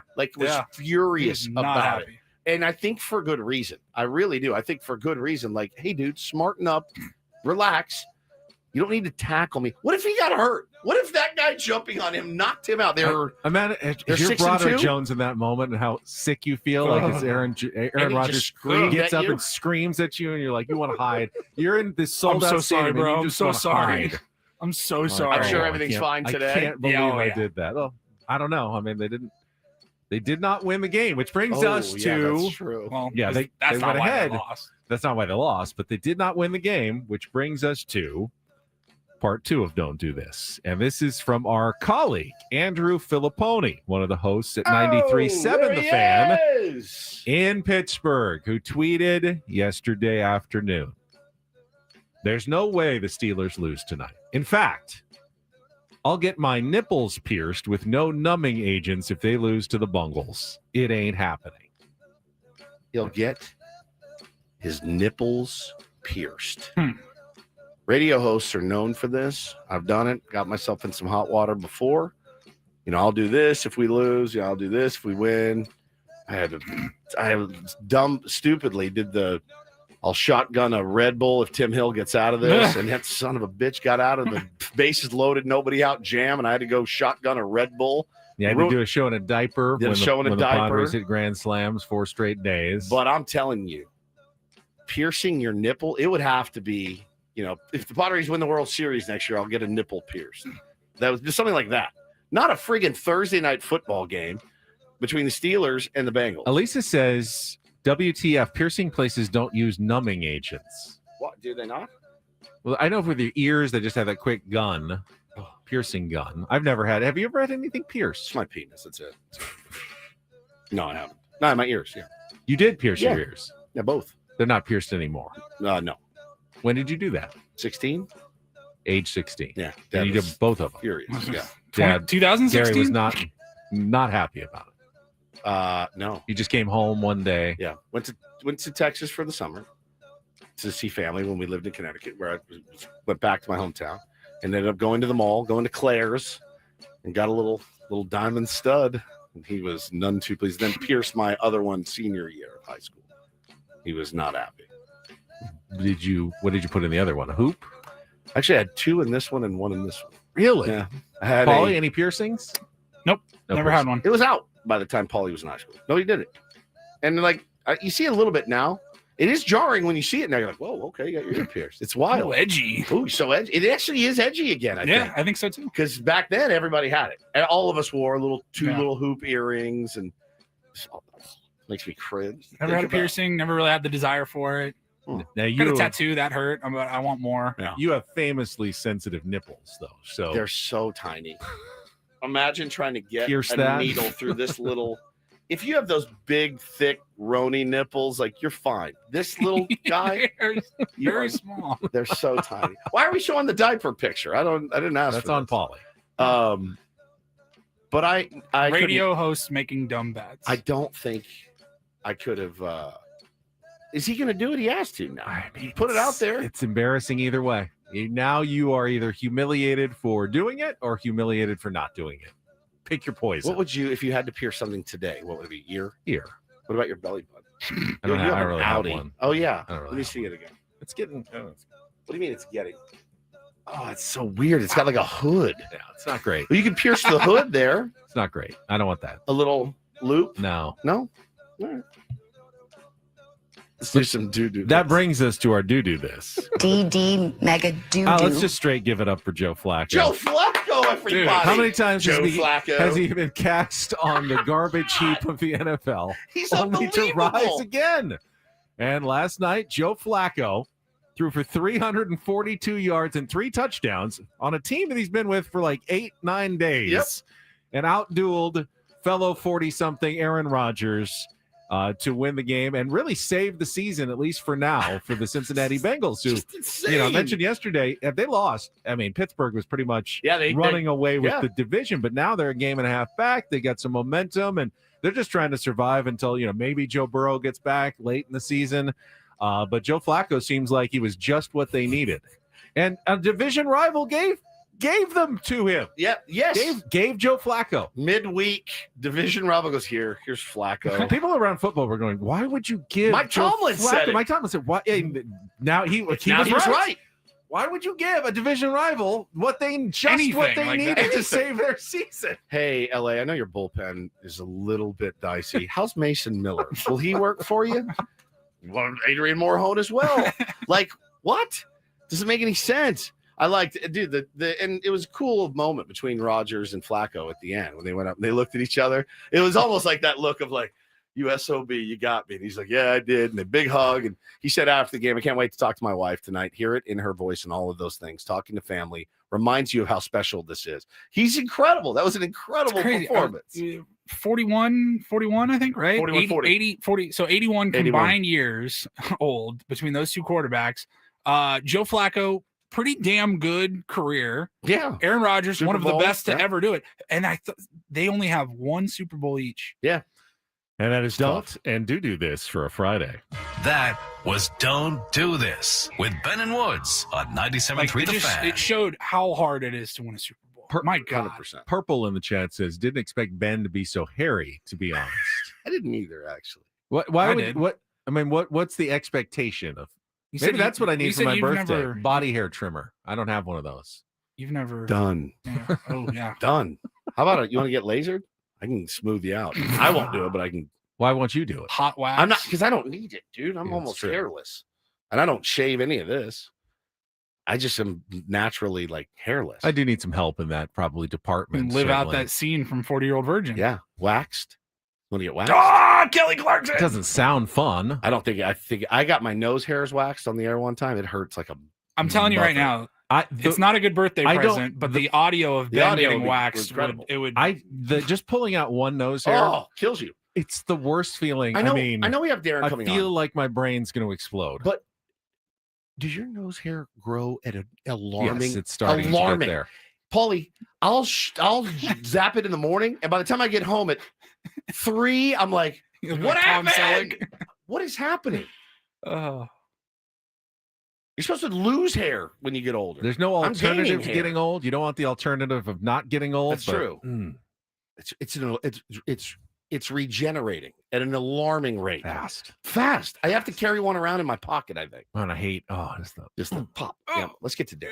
All right, Darren Smith. He's going to be fired up today. On San Diego's #1 sports station, 97.3 The Fan. Gambling problem? Call 1-800-GAMBLER. GEGE 000-466. For a full list of games and rules, played at 7 Mile Casino. Visit 7milecasino.com. Mentioned I was down at 7 Mile Casino yesterday. Went to lunch at Sammy's. Had the Kung Pao chicken off the 24/7 players menu. It was phenomenal as always, but even at like 11:45 on a Thursday, good action. Oh, yeah, it was busy. Good. It was absolutely busy. There were some people at the, California-style blackjack tables were pretty full. There was some poker action going on the right side. And like 3 or 4 of the Baccarat tables there, which are right next to Sammy's. I was kind of watching them for a little bit as I was waiting to get my food, and just they were into it. It was a good scene on a Thursday. Yeah, I just wanted to ask you because I know you got the Kung Pao, which never disappoints. The vibe was good at 7 Mile Casino. Yeah, a lot of people having lunch. Families, I said, coming in, we're having lunch. Yep. There were some old ladies doing lunch at 7 Mile. It's comfortable. They got big booths. I sat at the bar. Just wanted to, it was a one top, so I was by myself. But always a great spot. TVs were on. Everything was just as it should have been at 7 Mile Casino yesterday. And for the tier ones listening, make sure you get down there, man. Just 7 minutes from downtown. You won't be disappointed. No slot machines, no cigarette smoke blowing in your face. It's not your everyday average casino, and it's not your everyday average card room either. It's a really great place to go. And it should be on their billboards. If it's fancy enough for Ben Higgins, it's certainly fancy enough for you. It's also 7 minutes from downtown.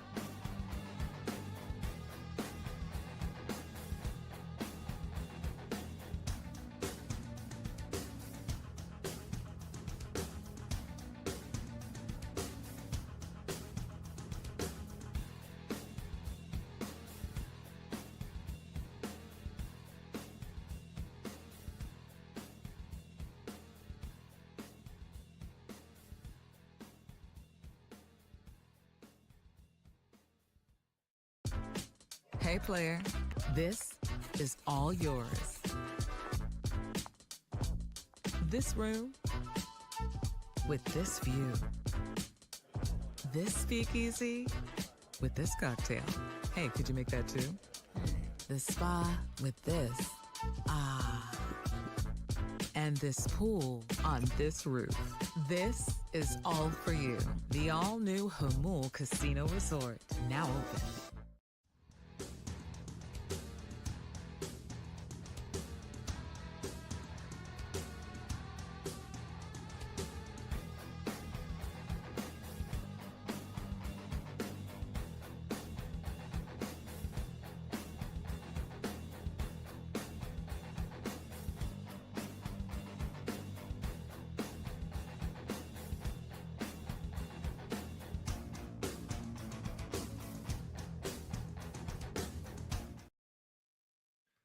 Let's keep it moving. We got Darren Smith standing by, our weekly conversation. Much more to talk about after another piece from Dennis Lin and Ken Rosenthal in The Athletic this morning about A.J. Preller's future or potential lack thereof with the San Diego Padres. We'll get to that right after a check of traffic here on 97.3 The Fan.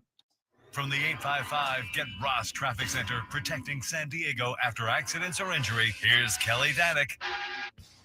This traffic report is driven to you by Manu Sedano, Ford, and Lincoln in La Mesa and their October Spooktacular sale.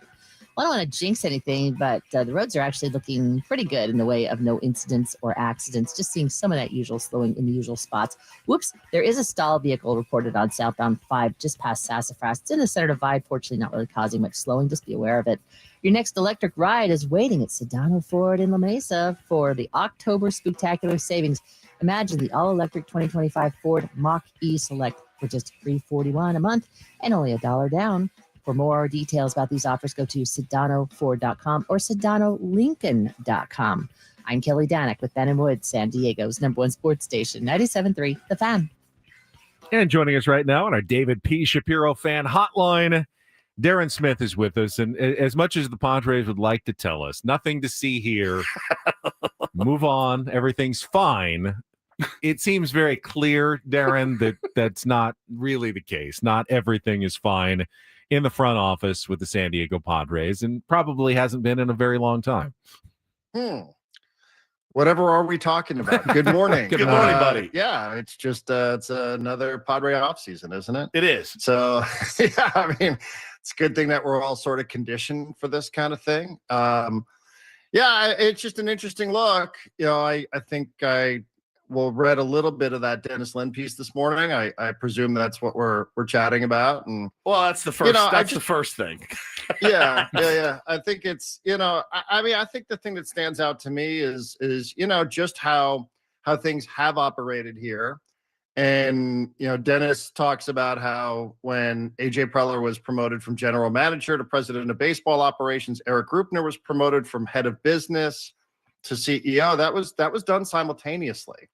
Those things, Peter takes over in November of 2020, I think, and then in January, February 2021, this is the structure that's get announced, and you can visualize it, right? Peter's on top, left-hand man, right-hand man, 2 equal houses. This is the way the business is going to be. And what Dennis points out here today, I think, is a little bit of a shift that now we know one of those two parties, which were considered equal parts back when Peter was making calling the shots, got promoted, and the other one has not. So they're extended.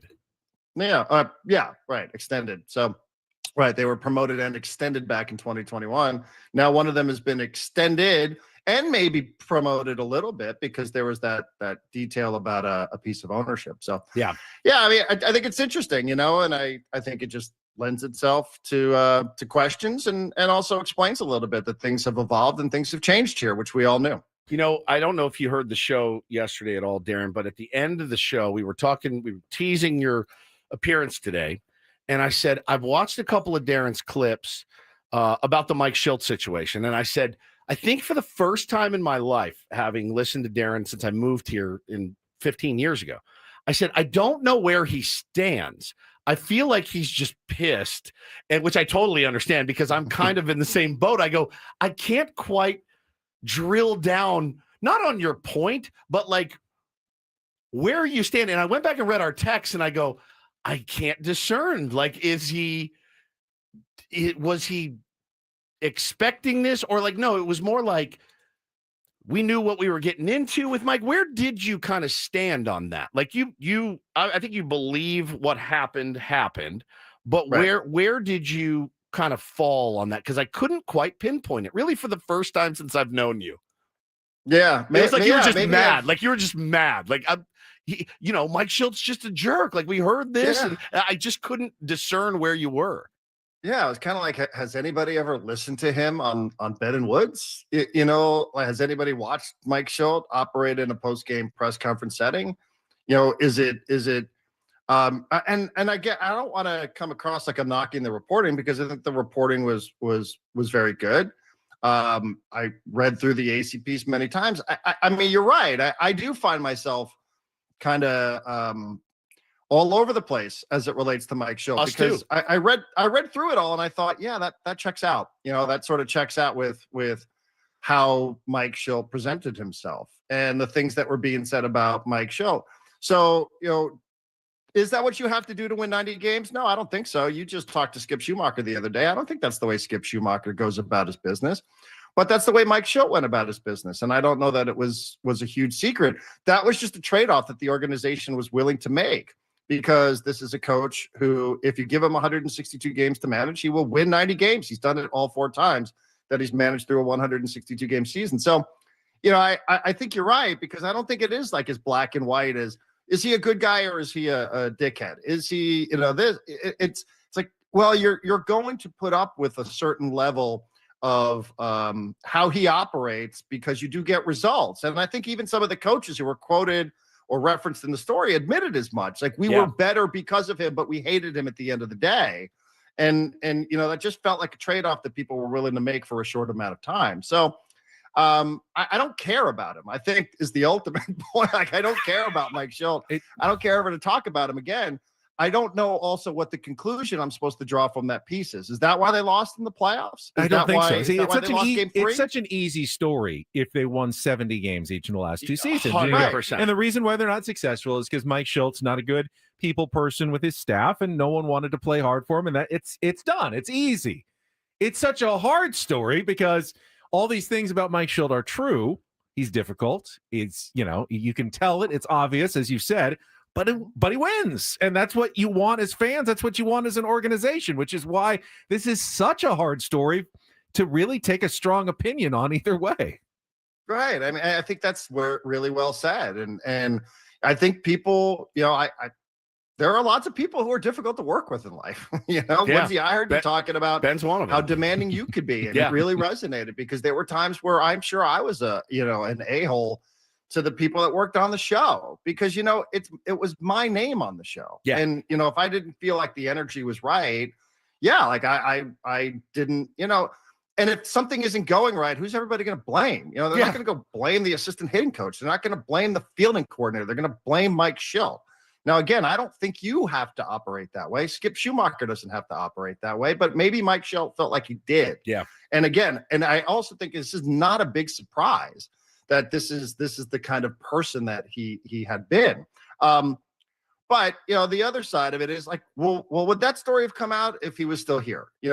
Did people know this? Were they loading up to drop this sort of thing? I just think that all the details, as good as they were and as interesting as the story might have been, I guess I'm just not understanding the point. I don't know what I'm supposed to do with this. Yeah, like, it's good. Like, oh, okay, wow, that's interesting. But what does it mean? Were they all going to quit? Like, was he going to get fired? Were they going to have an intervention? Were they going to send him to counseling? What were they going to do? Did it have anything to do with them losing? Could they have won more games, or would they have lost less games if he hadn't been wired this way? And I don't know that I've landed on a conclusion from the story. It's interesting, but what was the point? Yeah, I think that's a really fair question, D. Smith. And I just saw a little blurb about Bruce Bochy, and Tim Flannery, our buddy, was quoted in it, and he said, it's not for the easily bruised working with Boch. It's not brutal sport. Right. But brutal. You know what makes it all worthwhile? When Flan posts that picture of those rings on his finger. That's what makes it worth it. I've talked to him before. And he's like, that's what you do it for. You do it for the rings. And had I not gotten the rings, I would have been crazier than I already am right now, So you got But it took a while to get took there, a while. and he got fired before, he was able to go get those rings. Yep. Right. Like he got fired by the Padres. And, there was a period of time there where it was probably healthy for Flan in the analysis of it. But, it was bad. And that was a unique style. Now, I think the difference is that people like Bruce Bochy, and Bruce Bochy made it clear that he does like his coaches. It was just he would be tough on them during games.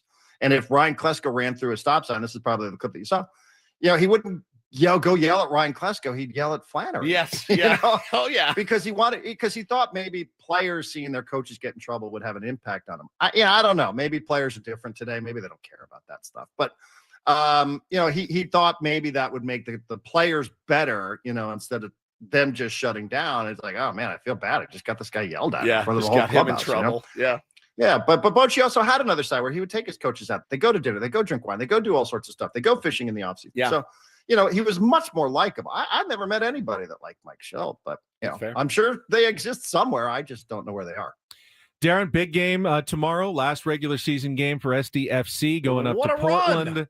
Portland, a team that's fighting to stay out of the wild card game or whatever they call it in MLS Cup playoffs. SDFC still can finish in first place if they win and Vancouver loses. Give us a little preview of tomorrow's game against the Timbers. Currently sitting second, have an opportunity to finish anywhere from first, second, third, or fourth, depending on results. Also could play one of 7 different teams in the playoffs next week. So it's kind of all over the place. But yeah, there's still a lot on the line. I think the best way and the easiest way is, SDFC wants to win this game, and they want to win this game not just to carry momentum and all that. They could set another MLS record for road wins with 12. Nobody has ever done that. That's not an expansion record. That would be an MLS record. So that's number 1. Number 2, they would finish no worse than the 2 seed, which is really good. Of course, you want to be the 1. You hope Vancouver loses, but I'm not so sure I would bet on that. You finish one of the top 2, you get an invitation to that tournament that I keep rambling on about, the CONCACAF Champions Cup. So that would be good. And you're setting yourself up. I mean, you could end up playing Portland. This is kind of crazy, depending on the way everything else shakes out. You will play Portland coming up with your final regular season game on Saturday at 6:00. And then you might be facing them in the playoffs in a best of 3. So you could potentially be playing Portland 4 straight times if it shakes out that way. So there's still a lot to play for. I love what our guy Mikey Vadas had to say yesterday. He talked about some of the MLS records that they've set, 18 wins, 60 points. He goes, there's one other MLS expansion record that I want. 1998 Chicago Fire, 1 MLS Cup. I would like to have that record as well. That would be phenomenal. I loved it. I just love the messaging there that we are happy. We are very, very proud of what we've accomplished by setting some of these MLS expansion records. But we do have one other MLS expansion record that we like, and that would be 1998 Chicago Fire. So I'm here for it. Looks like we're mostly healthy. Everybody returned back from international duty. So it's a big one. It's decision day in Major League Soccer. So a lot still to be decided. And they will definitely have their first playoff game at home, whoever it's against. I had Tom Penn come by the studio this week, the CEO. He said they'll know Saturday night, like when the game's going to be. It'll depend on TV. It's probably either Saturday or Sunday next week. But they also have, he showed me, they brought it, some scarves for the first 25,000 fans. They're going to give away for the playoff game next week. But you need to still stay tuned to find out when and against whom that is going to be. Nice. You got a freebie, huh? Got a little bit of no, swag he actually there. took it away at the end of the interview because they didn't have any extra. He said, well, he said, you get the first one, handed it to me on the air. And then Daisy and Vicky, who were with him, said, actually, we need that back. We don't have another one. So they said, we'll bring you another one later. You got your hands up. Totally. We'll totally bring it. Make sure he gets one. Yeah. Well, will you guys pierce your nipples if SDFC finishes top of the Western Conference? Ben said he would wax his chest. Oh, yeah. Okay. We had a manscaping discussion earlier. We did. You're down for it. We need you. Yeah. You know, we need all the support we can get over here. So shave that chest. Shave Is it a that hairy one or chest. what? Oh, it's hairy. Oh, yeah. Hairier than a lot of people thought it They would were be. very surprised. It's like Tom Selleck. Paul Really? Paul Stanley. Magnum over here. PI is cool. He is cool. Yeah. but you can't I grow a guess because mustache. Ben always buttons his shirt up like Preller. That's we right. Just never get exposure. Never. He never lets it flow, man. Even at the beach, I'm reluctant to go shirtless. So. He wears an old Kevin Garnett jersey at the beach. Those So- 1920 that guy bathing with the suits sweater that on go it all the there. way up. Yeah. Darren, thank you so much. By the way, the multiple pierced ears was It was for Woodsy. Yeah, it was good you too. can't be surprised. Have a Come great on. weekend, Darren. We'll talk to you next Friday. See you, fellas. Thank Thanks, you. buddy. There is Darren Smith on our David P. Shapiro fan hotline facing criminal charges. Trust David P. Shapiro criminal defense attorneys helping clients regain control since 2010. There's a davidpshapirolaw.com. We will come back. I want to comment a little bit on something Darren had to say there in that interview. We'll also play Take on Woods and get to our Padres Smörgåsbord, which is going to jump off from what Eno Saris was talking about yesterday, which is what the Padres need this offseason: power and pitching. How do they get there, and what's the most important need for the Padres this offseason? It's all coming up. Ben Woods on 97.3 The Fan.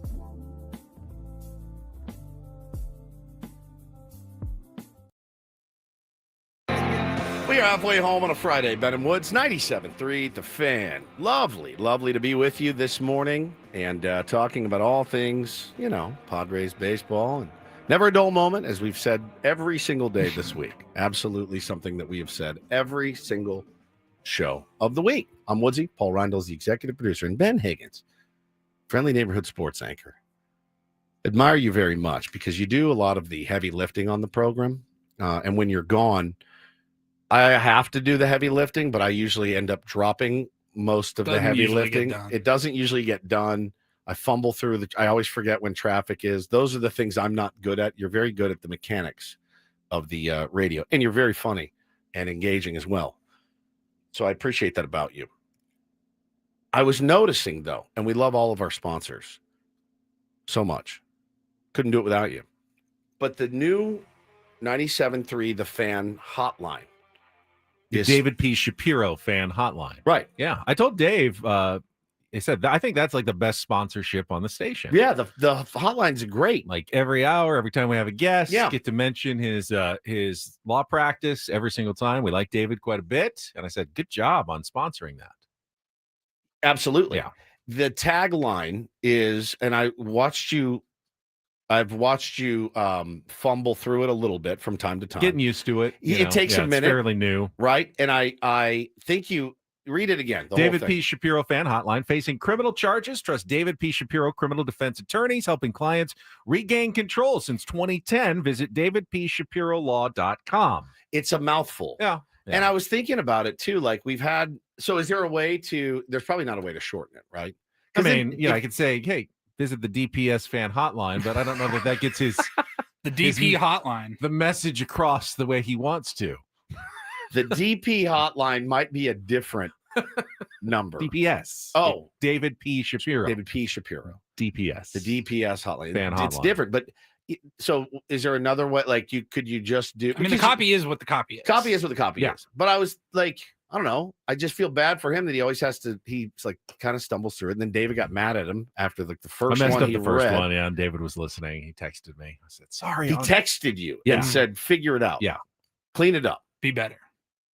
Man, I was thinking back. We haven't had one. We haven't had one in forever. And the other one we had was we had a few. We had the Premier Chevrolet Carlsbad fan hotline. Yeah, the SDCCU fan hotline. The SDCCU, and that one was easy, right? Wasn't it just, hey, you're joining us on the SDCCU fan hotline? Was it? That's easier. The David P. Shapiro hotline. I think it was shorter copy, but I wouldn't say that it was easier. Like I remember I have SDCCU flubs burned into my brain. I know. I remember one that got me very, very good. I'm sure there was a couple. Usually on Fridays. 1, 2, 3, 4. Yeah. Today is a Friday. It is. I just searced in my folder of old flubs. SDCCU. Yeah. And I found 7. 7. By the way, I forgot to thank Mort, who appeared on our SDCCU fan hotline. Don't forget, San Diego Crown Kid. Oh, yes. Oh, there was more copy at the end. Yeah. There was more. Craig Elston, our SDCCU fan hotline. San Diego County Credit Union has lower. Oh, it changed too. Oh, wow. Okay. Oh, that's right. They mixed it up. Pre-Woods. Pre-Woods on our SDCU fan hotline. What? Oh, God. I know which one you're thinking of. Yeah. I think. All 11 San Diego Penske dealerships going to host it. SDCCU has super low rates. By the way, SDCCU remains open. Rest assured, your funds are federal. Yeah. That was during the pandemic. Yes, it was. Yeah, joining us right now on our SDCCU. Yes. Just try to take that one a little fast. John Bookshambi on our SDCCU fan hotline, SDCCU online, and let me start over again. Oh, it lends a lot of credibility. Oh, hang on. That it lends a lot of credibility to my theory that he was drunk the entire pandemic. Yeah, because he doesn't do this anymore. Those were like 2 years worth of flubs, and he was just drunk. I think he drank every single day during the pandemic, and he didn't tell me. Here's the one that you were thinking of. This wasn't so much alcohol induced. I think we forgot to plug Ben in. Yes. No purchase necessary for details. Visit SDCCU.com. SDCCU.com. What? I need it over. That wasn't a glitch. Did you not hear? It was a bubble. Like I was running out, like my. Okay, he's running I out had of breath like at the beginning. some sort of like chest bubble there. Right. You could hear No it. purchase necessary for details. Visit SDCCU.com. I don't know if I was trying to stifle kind of a hiccup / burp at the same time. Visit SDCCU.com. Cut. Cut. Cut. SDCCU.com. Oh God, that's funny. So That is so good. Cut. Cut. Visit SDCCU.com. Cut. SDCCU.com. And then he What? just keeps on Keeps going. plowing through the old. Okay, so in my defense, how many did you say you had? Like seven? I think 8. Eight flubs in probably 2 years, 3 years yeah. of something that I read every hour for 3 years. And yes, 8 times I blew it. Yeah, in we're going to 3 talk years. about those 8 times. Yeah, you should have blown into a breathalyzer too at that time because I think that was gin that was It sounded a bubbling little up. bit like Visit SDCCU.com. Oh, God, SDCCU.com. dang, that's funny, dude. Funny. So anyway, So David, it could be a lot worse. it could be be a David. lot That's worse. really the gist of that is that it could be Need a lawyer? Call David P. Shapiro.com. David B. Shapiro.com. Shapiro. That's brilliant. I don't think he drinks anymore, Paulie, like he did. So, back in the day. You were drunk every day, weren't you? You were. Just admit it. It's okay. It was years ago. You drank every single day. No. You're lying. You're lying. I would tell The you. audio never- tells a different The story. audio, because he like would slur and stuff. Visit SDCCU.com. I was operating on 3 hours of sleep most days. Yeah, that's much true. better now. That's very, very Much true. better now. Eric's really coming to your defense in the chat. I mean, like very much Thank coming you, to your Eric. defense. Says Thank- Woods can do Goofy Halloween and Leprechaun commercials for Ford, and Ben slips once, and they're all over. It's it. true. It's absolutely true. But Eric, I'd say I'm pretty good about making fun of myself We as do, well. I yeah, think you have to you look inward, certainly. But that was incredible. Blot that blot. Before we get to take on Woods and the Padres Smörgåsbord, I want to Come just crank your hog. yeah. See, Go. we got Woods Yeah. every once in a Got me while. a few times. I want to comment on something that Darren said, and when we were talking about the Mike Schilt piece that Kevin AC wrote, and he asked the question: if Mike Schilt doesn't leave, does that piece get written? Does it even need to get written at all? Even if he stays, like, does that, even if he leaves, does that piece does that need to come out? Is that necessary in covering a sports team? Or are we in the media when he retires, going too far? No, when he up and retires, absolutely it needs to be written. Why? Is he being accused of any malfeasance? Is he Not being to my accused knowledge. of anything criminal? Is he simply doing his job? Some people disagreed with the way he did his job, but did anybody think that Mike Schilt was negligent in doing his job as manager of the San Diego Padres? I think the answer to that is absolutely no. I don't think so either, but that's the job. They disagreed with the way he did it sometimes. That's Kevin's job too. I Is to write the story of the San Diego Padres. I'm not saying that he's wrong either, but I think it's an interesting point because I doubt that Kevin writes that same piece if Mike Schilt is still the manager of the Padres today. And that's not an indictment of Kevin. Kevin knows he's going to have to continue to work with Mike Schilt and have some sort of professional relationship covering that team. But with him. he was not afraid to let it out during the season. He did wasn't. it all the time. And that's the thing that bums me out when I see people, tweeting that Kevin was dancing on his grave or anything like that. All you had to do as a fan was turn on the television after the game, one. Number two, read his daily newsletter. How many times, guys, did we read the newsletter together in the morning and I would go, oh my God, he's dropping the hammer 50, 60, 70 times. This was not new information. I will say, any other organization, it probably doesn't get written after the season if the manager stays. This one's different. I feel like it would. Well, this happens every year like clockwork. I think AJ Preller still professional sports is different. Are you telling me that wherever you work, that you don't have there? a manager somewhere in the office who you disagree with their managerial style. No, it's never happened to me. Not me. And it doesn't get reported, in the media because no one cares No one what cares. your line of work is. That's why I report it on the show.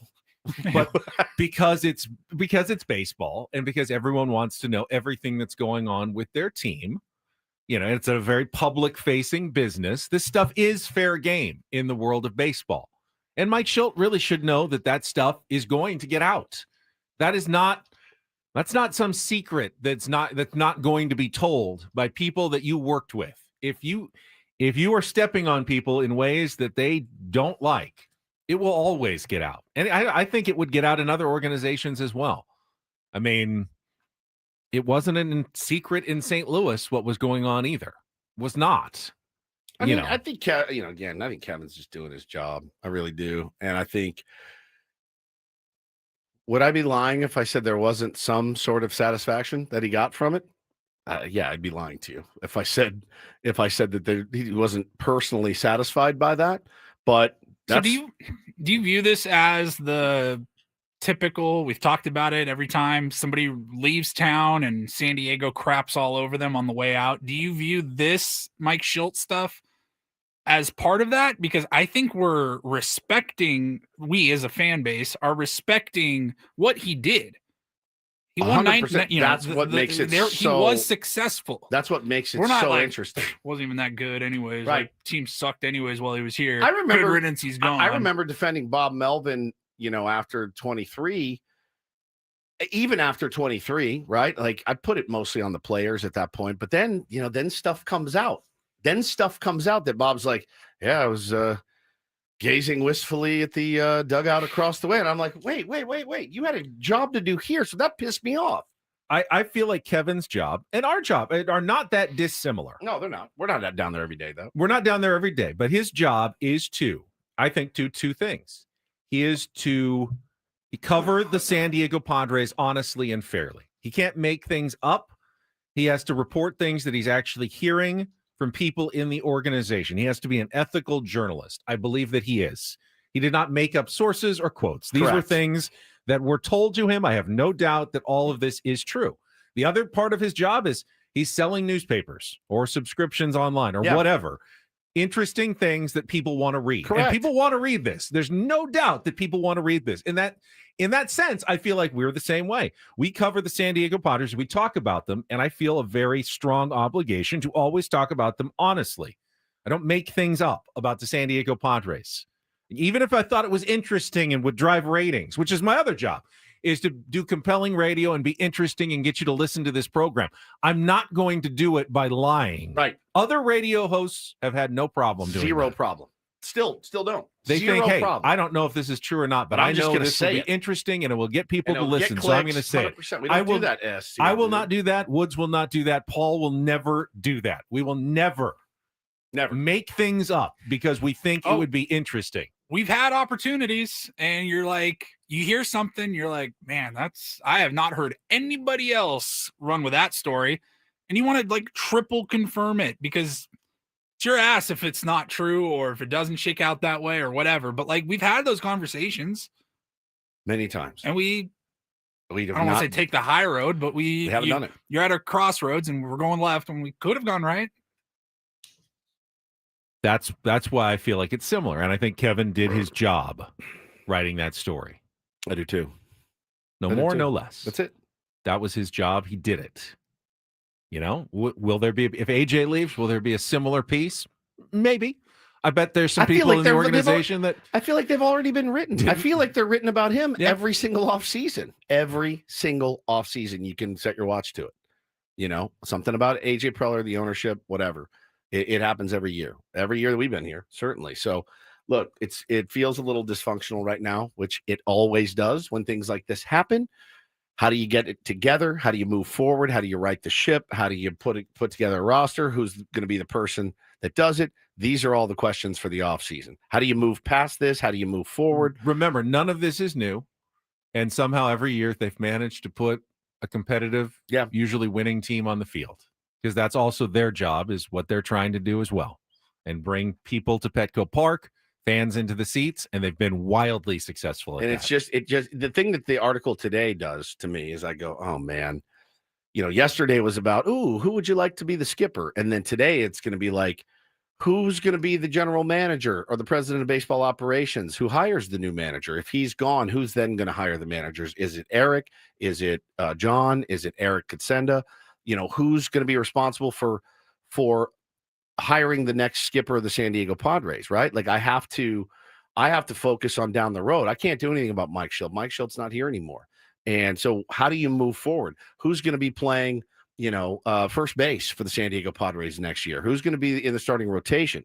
Those are always the questions that you want answered in the offseason, except we get all this extracurricular crap about ego and about infighting, and it happens all the time. And who gets hosed? We do. The fans. The fans get hosed. That's it. Every single year. Figure your stuff out, guys. Figure it out. You guys work in baseball. The coolest gig on the planet. AJ says it all the time. He said it in his presser 50 times. I get to come to work at a ballpark. Is it hard? Is it stressful? Hell yeah, it is. But I get to come to work at a ballpark with a rabid fan base. So you don't want to lose that rabid fan base. You don't want to backslide.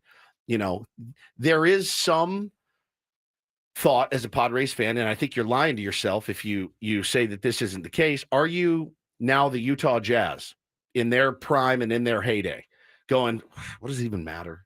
What does it even matter? There's some of that. I have some of that. Rhino Hearn's back. Great. Oh, we're going to go out and get, Ranger Suarez. Well, that'll put us over the edge in October against the Dodgers. There is a part of me that's like, we're the Jazz, man. We got Malone. We got Stockton. They're great players. But look who's over there. You got Michael Jordan and Scottie Pippen. There is some of that. So I'm trying to work through that on my own. I am too. And because it's baseball, you anything can say, can happen, they could have a disastrously bad season filled with injuries, and they did this year, and they're Yes, still going to win the World Series. And they still are going to win the World Series. Then injuries, finger quotes injuries. All right, let's take a timeout. When we come back, our last game this week of Take on Woods musical trivia with the chance to qualify for the trip to Las Vegas. The Jerry Seinfeld tickets go head-to-head against Woodsy coming up next. 833-288-0973. 833-288-0973. That is coming up next with Ben and Woods on San Diego's #1 sports station, 97.3 The Fan. First, though, if you're getting ready for your sports weekend, you're going to be watching college football, pro football, basketball's about to get started. You better download that PrizePicks app now and start playing daily fantasy to turn all your sports watching and sports knowledge into real money just by setting daily fantasy lineups between 2 and 6 players and picking against the numbers more or less on stat projections with your lineups. Who are you watching this weekend? Is it Josh Allen? Is it Saquon Barkley? Will it be Luka Doncic? Will it be Steph Curry? Look for those max discount squares like Steph Curry 1/2 of 1 point coming up in their opener in just a few days. Add that to your lineup. Makes it even easier to win with PrizePicks. When you download the app, though, to get you started, make sure you use the code KWFN. You're going to get $50 in lineups when you play your first $5 lineup. That's a lot of play for very little money. $50 in lineups when you play your first $5 lineup by using the code KWFN. Get started today. It's PrizePicks, where it's good to be right. Must be present in certain states. Visit prizepicks.com for details.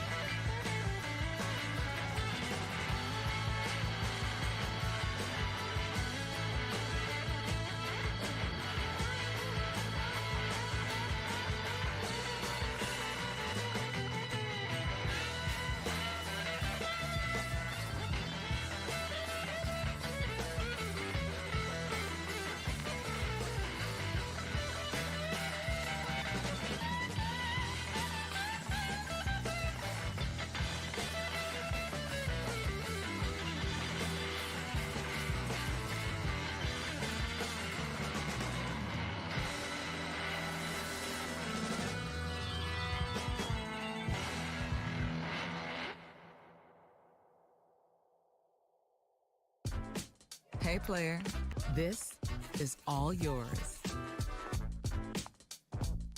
This room with this view. This speakeasy with this cocktail. Hey, could you make that too? This spa with this. Ah. And this pool on this roof. This is all for you. The all-new Hamul Casino Resort, now open.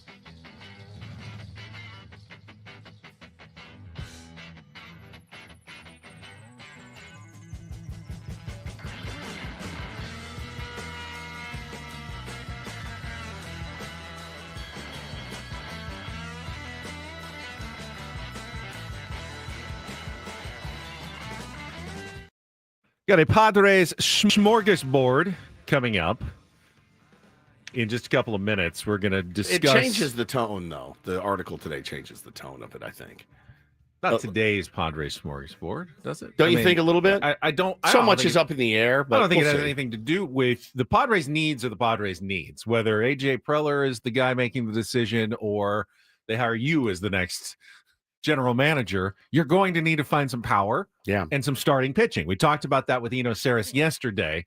The question is, with whatever the resources are, you know, how much do you devote toward starting pitching? How much do you devote toward power? What is your really biggest need? We're going to kind of divide it up and discuss that coming up. First, though, it's time to play our last game of the week. Let's get to it. Let's take on Woods.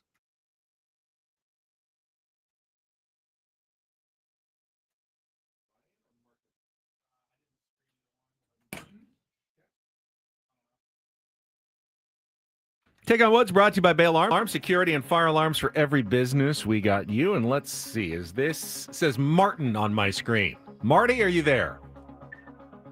Here. Marty or Martin, which do you prefer? Definitely prefer Martin. Martin. All right, Martin. You feel like you got a chance here? It's musical trivia. Woods is pretty good at this, but you get the advantage of getting the category. You ready to play this game? Yeah, let's do it. All right. You have 60 seconds to answer as many of the 5 questions as you can. If you don't know one, you can say pass. We'll come back to it if there's time left on the clock. First question's our 2-second song. If you can beat or tie Woods, you will qualify for our grand prize getaway to Las Vegas, 2 nights at the Flamingo, and tickets to see Jerry Seinfeld at the Coliseum at Caesars Palace on April 17th, and a $100 gas card to help get there. Get your own tickets to Jerry Seinfeld at Ticketmaster.com. Here are the categories you're choosing from today. On the bell curve, 5 song titles and musical artists with bell in the name. Another Take on Woods category, 5 song titles that include the word another. And our new category, it's all 2-second songs. It's called Holding Out, 5 song titles that include the word hold. So, on the bell curve, another Take on Woods category or Holding Out. What's it going to be, Martin? Let's do On the Bell Curve. On the bell curve. All right. Today's category features 5 song titles and musical artists with bell somewhere in the name. Again, 60 seconds. The first question is that 2-second song, Remember, you need to give me the song title and the artist, one of which has Bell in the name, to score that point. Martin, you ready to play? Yep. All right, Paulie, how are you doing? Just about ready. He's just about ready. Go for it. All right, 60 seconds on the clock. The category is on the bell curve. Martin, your time begins when Paul plays the music. Good luck. Let's take on Woods.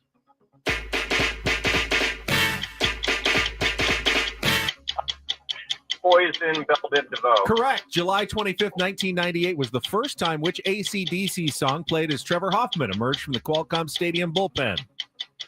Hell's Bells. Correct. The closer who succeeded Hoffman in 2009 used which disco tune? Correct. Well, what's the song, though? By Anita Ward as his walkout song. Don't know it. Okay, pass. Which 1984 song by Metallica shares a title with a novel by Ernest Hemingway? For Whom the Bell Tolls. Correct. Both Layla and which other 1971 song by Derek and the Dominoes are about Eric Clapton's unrequited love for Pattie Boyd, the wife of his friend George Harrison? Ooh. The Bill of Change. Incorrect. The closer who succeeded Hoffman, Keith Bell, in 2009 used which disco tune by Anita Ward as his walkout song? We ran out of time. That one's Ring My Bell by Anita Ward, and Bell Bottom Blues is Derek and the Dominoes. You got the other three: Poison, Hell's Bells, and For Whom the Bell Tolls. Is 3 going to be enough here? I don't know. This is an interesting one. Woods doesn't get the category. Martin, his score is locked in. See if Woods figures this one out. 60 seconds on the clock. Woods, your time begins when Paul plays the music. Good luck. Let's take on Martin. Poison by Bell Biv DeVoe. Correct. July 25th, 1998 was the first time which AC/DC song played as Trevor Hoffman emerged from the Qualcomm Stadium bullpen. Hell's Bells. Correct. The closer who succeeded Hoffman in 2009 used which disco tune by Anita Ward? Keith Bell. Which disco song? tune Oh. by Anita Ward is this walkout song? It's his walkout song. Pass. For which 1984 song by Metallica shares a For title Whom with the Bell Tolls. Correct. Both Layla and which other 1971 song by Bell Derek? Bottom Blues. Correct. The closer who succeeded Hoffman in 2009 used which disco tune by Anita Ward as his walkout song? Oh, Ring My Bell. Yeah, there you go. Ooh. That's a 5-3 win. That's a good one. I didn't know that's a good one, Peter. That's a good one. And that was called On the Bell Curve. On the bell curve. Who won? I did. You did 5-3. Okay, good. He didn't get Bell Bottom Blues. Oh, one of the best.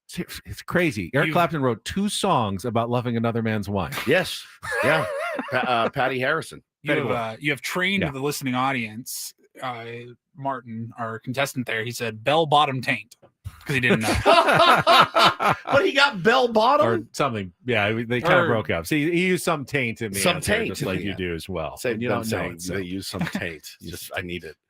Yeah, it's just one of the best songs. Oh, all right.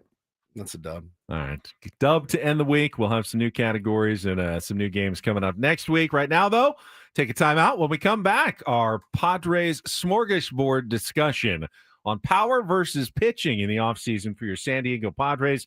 Coming up next on San Diego's #1 sports station, 97.3 The Fan. You know, for all you people that woke up today not feeling your best self, your joints are barking at you, your knees, your wrists, your shoulders, your back. It's such a bad way to wake up every day. And sometimes you can't even sleep at night. I know I couldn't for a while. So glad and grateful for QC Kinetics. A lot of people like you are finding lasting relief, and like me, without steroids, medications, or surgery, right here in San Diego. At QC Kinetics, go in, meet with Dr. Jackson and his team, get to the root of where your pain stems from, right down to the cells involved, putting those natural elements back to work in your body. You can revitalize your joints, literally using your own power to heal. Simple injection, not a hospital stay. Super easy. I can handle it. You can handle it. There's no question about it. So again, knees, back, shoulders, wrists are keeping you from enjoying life. Explore all your options before you agree to more pills or surgery. Call QC Kinetics today. Schedule a free consultation with my man, Dr. Jackson, and his team. Take charge of your health. Look beyond the same old solutions. First consultation is on the house. There's no reason to wait. Call QC Kinetics today. You know, unless you like not biking and swimming and running, playing baseball. If you like not doing all the things you love to do, then don't call. But if you want to get back to those things, call them today. Locations in Hillcrest and Torrey Hills, 619-614-PAIN, 619-614-PAIN. 619-614-PAIN, QC Kinetics.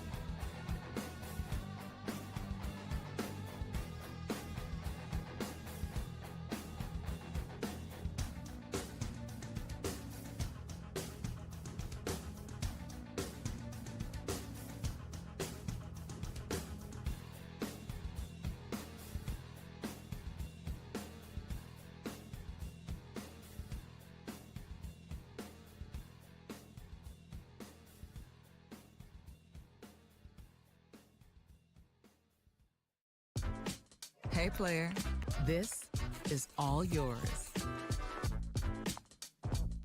This room with this view. This speakeasy with this cocktail. Hey, could you make that too? The spa with this. Ah. And this pool on this roof. This is all for you. The all-new Hamul Casino Resort, now open.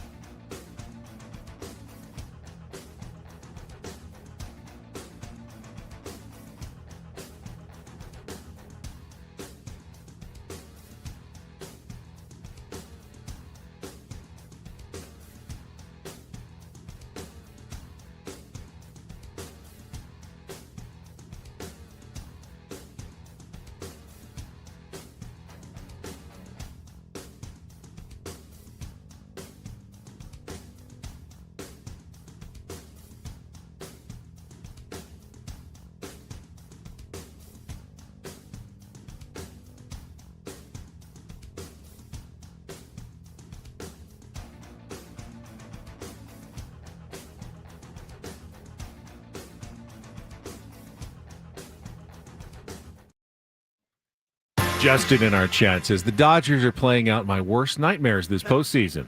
They're playing about as good as they looked on paper back in spring training. Yeah. They have endless resources and always stay one step ahead. I disagree. You disagree? I disagree. They're 5 steps ahead. They're not 1 step ahead. No. The Phillies are like 1 step ahead. The Dodgers are 5 steps ahead Of everybody. When I look at their team right now, turning into a Dodger fan show, which is really sad. Yeah. Andy Pages, good player. Yeah. Every organization would love to have a young, upcoming Andy Pages. Uh-huh. He hit what? 20 some odd home runs this season. Somewhere. He's batting 9th for them. Yeah.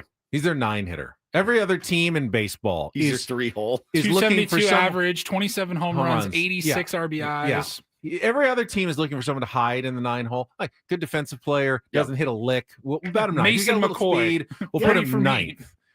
They're putting that guy 9th. Yeah. He's 9th. He's batting 9th. He'd be our 2-hitter. He'd be most teams 2-hitter. Yeah. 2 or 4. Yeah. Maybe that's 9th for them. Like I said. Their number 4 starter in the playoffs today is Shohei Ohtani. He's going to throw 100 miles an hour for 6 innings. He's their 4. He's their number 4 in this rotation. And legit 4. Like I wouldn't start him over Snell, Yamamoto, or maybe over Glasnow. Like 3 or 4. They're both 3-4. Yeah, they're both. Ultimately, it's fun to it's fun to poke the bear and acknowledge the loopholes that they find and exploit. Yep. Again, not breaking any rules. Nope. Finding loopholes and all that. I still will always give Dodger fans a hard time. You're not smart. You don't know ball. Correct. And I'll your always do insults that. are lame. Like, You yes. weren't even at the game yesterday. Again, like, where are you? Right. You know what I noticed too? But my point, just real quick, my point was just you're an idiot if you criticize the Dodgers organization and how they do things. You are. You're absolutely a moron. They have no sense of humor. They just don't have humor. They're very serious. They spent the majority of the day yesterday defending their payroll. And I haven't made any comments about their payroll because I like spending money. I think spending money is badass on your team. I think it's kick ass. They do everything right. And especially if you actually can just give a guy a nickel and be like, I'm gonna give you $100 later. And he's like, sounds good to me, right? Like the best player in the world. Like who doesn't think that's brilliant? It makes you want to bang your head against the wall, certainly. But I think spending money on your team is cool. I think John Seidler and the ownership groups should spend more money on the San Diego Padres. More. Spend till you don't have any more. If you want to win a World Series. That being said, David J says, I'm old enough to remember when the host of one of our local morning sports talk radio shows says $700 million for a DH about Ohtani. It was probably me. David also, sense of humor may escape him sometimes. I like to take the piss out of them on Twitter because they're fun. And I said yesterday when they were talking about Albert Pujols potentially managing here, I went, well, that's one guy Dave Roberts won't be able to get violent with.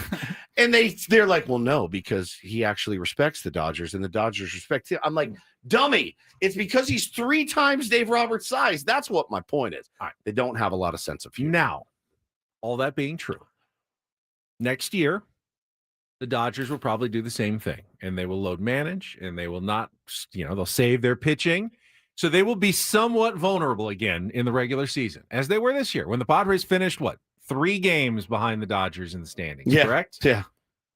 They were close. So it does behoove the Padres to do what they can to at least better their position. It's not impossible to beat the Dodgers in a series. Well, especially if Padres did it, twice this year? They took 2 out of 3. Especially if load management is their new strategy. You're like, hey, we could go ahead and try to win the division. It's not impossible to win a series from the Dodgers. You know, it's hard to do in the playoffs. Padres did it in 2022. That Dodger team wasn't as complete as this one is, but you have to do what you can to get as close as you can and then take your shot if you get it in October.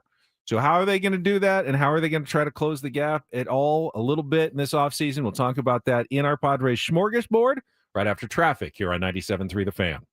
From the 855 Get Ross Traffic Center, protecting San Diego after accidents or injury, here's Kelly Danick. Traffic is brought to you by Park 101 in Carlsbad, North County's football headquarters. Got a couple of problems here, guys. One of them is this accident involving a car and a motorcycle. Northbound 5, past the 54. They're the center divide, but looks like emergency crews got that left lane blocked. And a collision reported on southbound 5, at Genesee. Motorcycle involved in this one. That's over the right shoulder. Football is back, and Park 101 in coastal Carlsbad is your game day headquarters. 10,000 square feet, 19 TVs, Bills Backers Club specials, cocktails, and ice-cold beer. Park 101 at Carlsbad Village, North County's home for football. I'm Kelly Danick with Better Woods, San Diego's #1 sports station, 97.3 The Fan. And McKee23 says, does the regular season even matter anymore? Absolutely. For 29 teams, it matters. Yeah. One team, it doesn't. But for 29 teams, it does. And you want to put yourself in the best position possible. Had the Padres won a couple more games and been able to host the Cubs, they might have gotten a shot. You want to at least get your shot, later in the season at the Dodgers. Even if they end up too much for you and they're too good, you want to get your shot. And the Padres didn't even get their shot this year because they came up short in two specific areas that need to be addressed this offseason. Saris was blunt about it yesterday, and I wanted to jump off with our smorgasbord. What did Eno say exactly? We need power and two starting pitching. And we have like $20 million to spend? Yes. Allegedly. Do we want to play the open? Yeah, I want to play the open. Play the open.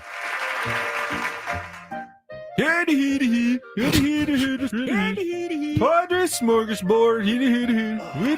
All right, never mind. Yeah. Call it something else. I don't know what to do. I'm conflicted because No, you have to people leave it now. love Yeah. this open. You have to leave it now.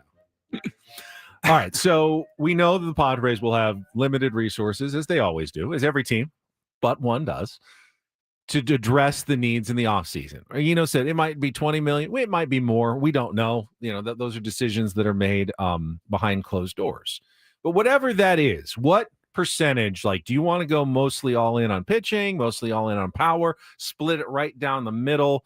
How do you allocate your resources, Woods, to address those two areas of need for the Padres this offseason?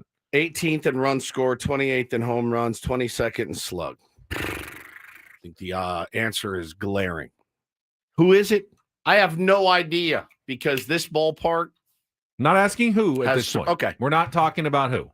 We're simply in. This is a. With our bullpen that's coming back mostly, and with our bullpen that's coming back mostly, with a good back end of the bullpen in Morihone and Miller. Starting pitcher, they cobbled it together. You're going to burn your bullpen out again in the upcoming season. Musgrove back. You get Musgrove back. Yeah, man, it's glaring to me that you need help offensively. That's it. I spend my money there. Both of the needs, I think, are glaring. Oh, sure. Well, one more. If you have a good, your pitching and is you can't ignore either one of them. Your pitching is a whole, but right? Starting pitching is something else entirely. You're saying you're willing to be a little more aggressive in pursuing a power bat. Yeah, we've lost, even though it means you might have to settle for patching it a together. lesser arm for your rotation. Correct. And again, lesser arms can become better arms under the tutelage of a great pitching coach. And so for me, the last two postseasons, we stopped hitting. We didn't hit. We need to hit. I need to score. I respect that argument. I think everyday players impact a season more than one starting pitching, person can impact the season, one starting pitcher. However, I don't feel like the Padres can be as aggressive in their pursuit of power after trading away Stephen Kolek and Ryan Bergert. They have no starting pitching depth that's ready in this organization. They're going to have to devote more resources than I think you would like to starting pitching this offseason. And I think they're going to have to divide that amount of resources up among two or three guys. It would be nice to get not a front line, but a more, a Ranger Suarez, someone who's a little higher end, but I don't think they can afford to do that either. They're going to have to find three pitchers that it's going to take up a good chunk of your free agent budget, even though they're probably 4 or 5 type guys. You just have to have bodies. You can't run out of bodies. AJ Preller knows this. It happened in 2021. They ran out of bodies. The season fell apart. You're going to have 5 starters and then another 2 or 3, beyond just Matt Waldron coming up from the minor leagues who are going to be able to make spot starts here and there. You need bodies, starting pitching bodies, and that's going to be somewhat expensive this offseason. And I think it's going to limit. You're going to have to find take your chances on, hopefully a better version of a Nelson Cruz, that can find some Can't do it, power. man. Can't do David it. Peralta was cheap. They found him. He provided a little pop. They need to find someone like that. Hayward, Gurriel, Those Joe, did not work. They did not work out. But David Peralta and Donovan Solano did. They got to be right on cheaper guys, I think, power-wise, and devote 70 to 75% of the resources towards starting pitching. Yeah, I mean, again, good point by I Need Money here. Move 2 current bullpen arms, Miller, Morahone, Morgan, whatever, to the starting rotation. Add the bats we need. Use what's left to add to the bullpen. Bullpen arms, always cheaper. You can also trade. You could trade for starting pitching. You can sign a bat. I feel like so many people are adamant that they don't want to mess with Mason Miller and Adrian Morahone. Sure, and I can get behind that. I can totally get behind not messing with them at all. Now, if it was the Dodgers, they'd mess with them and it would work out perfectly. But you get the feeling like if the Padres mess with both of those guys, both hurt, they're going to wreck what the good thing that they already have. Then we have no bullpen. So again, how did we win baseball games this year? By cobbling together starting pitching, mostly, other than Nick Pivetta, cobbling it together for 4 innings and then going to our bullpen that was elite. Why change it? Don't change a thing there. I think it's what easier. Killed us? The offense. I think it's easier going to be to find a bat at the trade deadline maybe than an arm. Well, come on. They got good bat. I mean, Ramon Laureano was such a great. good pickup at the trade deadline this year. Should have gotten him earlier. They were out of it in June. Could have gotten him earlier. That's a good point. Usually AJ is the let's just go early kind of guy. I wonder if we're going to do it, let's just do it. Wonder if another month of Ramon Laureano, what a difference that would have made. We'll always wonder what would have happened if Ramon Laureano had stayed healthy. We need offense, man, badly. We really need offense. And you're gonna find that time of year where Manny carries you for a little bit, and then Jackson carries you for a little bit, and Toddy. They never really got going all at the same time. Xander, will carry you for a little bit. He certainly did that this year. A lot of credit to him for a bounce back year. Xander's not going to hit you 30 home runs. He's not going to hit you 20 home runs. Jackson, you pray for a 25 home run season from Jackson. You expect 27 to 30 from Manny. If you can get 100 from Manny, Tatis, Jackson Merrill, and Gavin Sheets, that's 25 a pop. Somewhere averaging that way. It's a good place to start. Yep. But you need more. You need 180, as we've been told. Yeah, you need 180. So that means you got 5 other guys that you need to hit 80. Which is not undoable. No. Especially if you're not devoting a lot of at-bats for Luis Ariz, who you're going to get none from. I trust AJ. Freddie Fermin's getting a lot of at-bats. I don't see more than 8 to 10 home runs from Freddie Fermin. For me, where it falls is who do I trust? Who do I trust? I trust Ruben. I trust Ben. I trust them to figure out to be good enough to get a win, to at least keep you in a ball game. I trust them. I trust that you can bring in guys on the cheap, Ben, and that they can help them a little bit. We heard it with Balsley for years. Ruben's earned that reputation too. Absolutely, he has. That's why I'm still high on JP Sears. Yeah, right. So we'll see. But do you think they're going to find better arms than JP Sears on the free agent market? Maybe our 3 when we look 4, up. But yeah. But so I think the offense being as poor as it was and falling and ranking you just look at those numbers and you go, yeah, man, that's what's killed us in October. It's been, if you have an elite bullpen and 2 starting pitchers, you can win a World Series. You can, as long as you get to October. How do you get there? It's going to take a lot of cobbling. I trust Ruben to cobble. I trust AJ to cobble. I need some hitters. I need some guys that can hit the ball out of the ballpark. I need some guys that can hit some doubles. We need to slug and we need to hit home runs. Honestly, yeah, I really feel like we can get it done early in the season. And then if you need to address starting pitching at the deadline, go get it. This year's dessert at Petco Park was the banana pudding. Oh, cobbler. Next year's dessert going to be cobbler. Cobbler in a helmet. Not a bad cobbler in a Western Metals truck. Not a bad idea. I do love cobbler. We need cobbling. We're going to have some cobbler at Petco Park next year. I'm a blackberry, peach, blueberry, boysenberry, whatever. I'll eat any cobbler you make. Apple, doesn't matter. Love cherry. Love a good cobbler. I'm going to make a cobbler later, I think. All right. Come back, Reindl Report. Some interesting comments from Dave Dombrowski about Bryce Harper next on The Fan.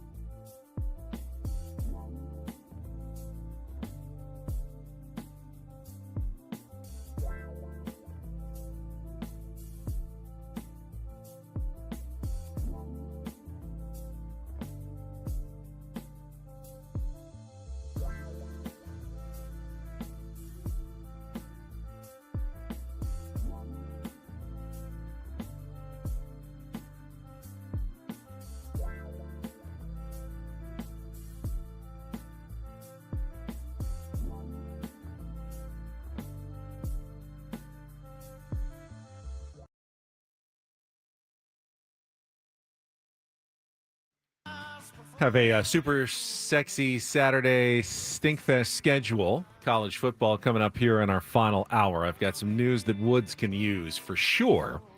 Speaking of college football, I don't think you were going to get to it in the Reindl Report about Indiana, correct? That was not on your list. Did you see Curt Cignetti, their coach, getting an 8-year, $93 million contract extension? I know our friend Ryan Phillips very happy because Indiana all of a sudden is a significant player in college football now. What is happening? I guarantee you they've never spent that on a basketball coach at a basketball school like that. They did not want to lose Cignetti, who was going to be one of the hottest candidates. His buyout was dropping, I think, to like $10 million, and there were going to be other programs salivating. You know, he was a former Nick Saban assistant, like Kirby Smart was. He has turned around a program that was never anything in football. Made the playoff last year, now undefeated, 6-0 this year with big wins the last couple of weeks. I mean, good success story. Great success story. It's kind of like SDSU basketball in a way. Yeah. And, speaking of the Aztecs, Paul, he's going to have more on that coming up in our Reindl Report. And get things started here with our today's edition of the Reindl Report. Now tuned into the greatest. Welcome to the Reindl Report with Paul Reindl. Hi, Paul. All right. 2 stories from the world of sports that we haven't gotten to yet. We'll start off in Major League Baseball. And 1 story that you didn't know you needed. Are you laughing, biatch? It's the Reindl Report Hey, Paul, how you doing? Okay, how are you? on 97.3 The Fan. Are you ready to bless the mood? I need some help, please. That was good. Can I get a yeah? Oh, yeah. All right. All right. All right. All right. All right. Happy Friday, gentlemen. Happy Friday. Let's get started here. It's the Reindl Report brought to you by your local Kia dealers. Visit kia.com to discover movement that inspires. We will start. I actually did have a college football story I wasn't going to get to, but since you just brought it up real quick, did you see they are enforcing very strict penalties for the tortilla toss at Texas Tech? No. So the athletic director at Texas Tech announced a new rule from the Big 12. The first time a tortilla is thrown in the playing enclosure, so not just onto the field, but I'm imagining anywhere the track, so that's tossing it outside into the air in the stadium. Like if you're in the stands, you throw it anywhere over the railing onto the playing enclosure. The first time, it's a warning. The second time, it's a 15-yard penalty for the team and $100,000 fine. Jesus, really? Good God. Yeah, I just saw that came down this We morning. have like 100,000 people there. I mean, No, you don't. where? Texas Tech? What do you think it is? I don't know. The big You tell house? me. You've been there. Yeah. I mean, it's a decent sized stadium, but it's not 100,000 What people. city is it in? Lubbock. Lubbock, Texas. It's not made for that place. It's not, my friend. Did you throw tortillas I did. ever? I did. Only a couple games. We had a running back named Bam Morris, who Remember was Bam? remember Bam.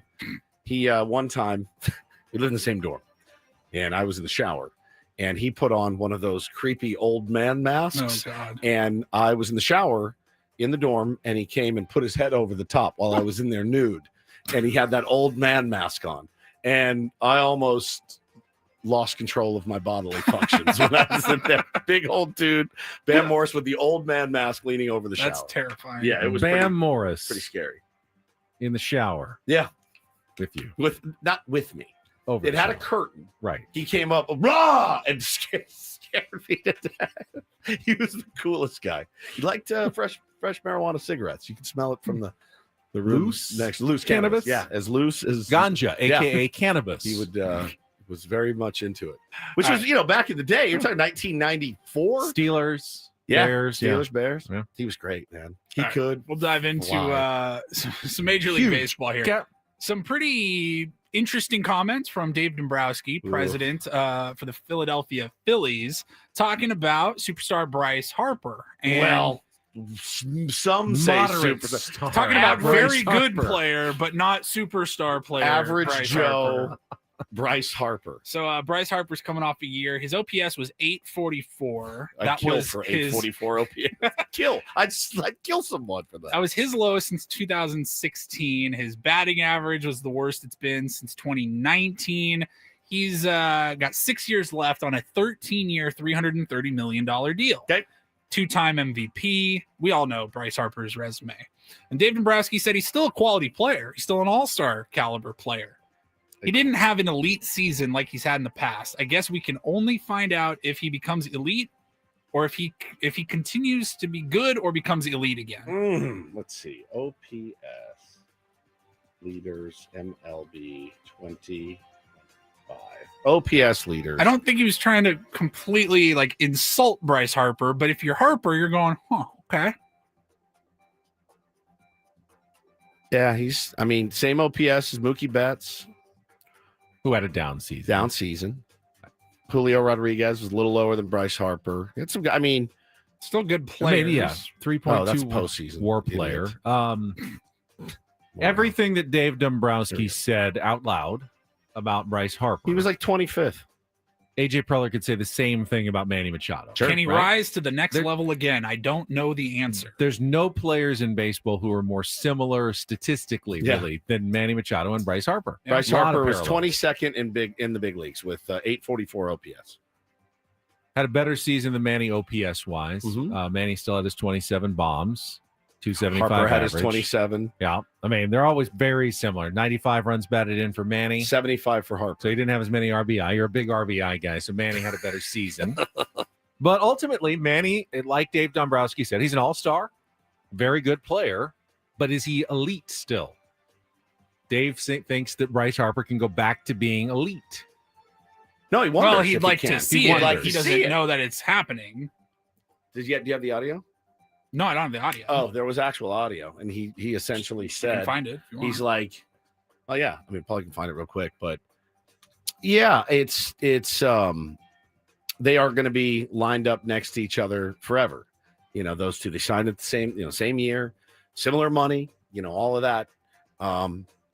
Manny catches 100% more grief than Bryce Harper, 100%.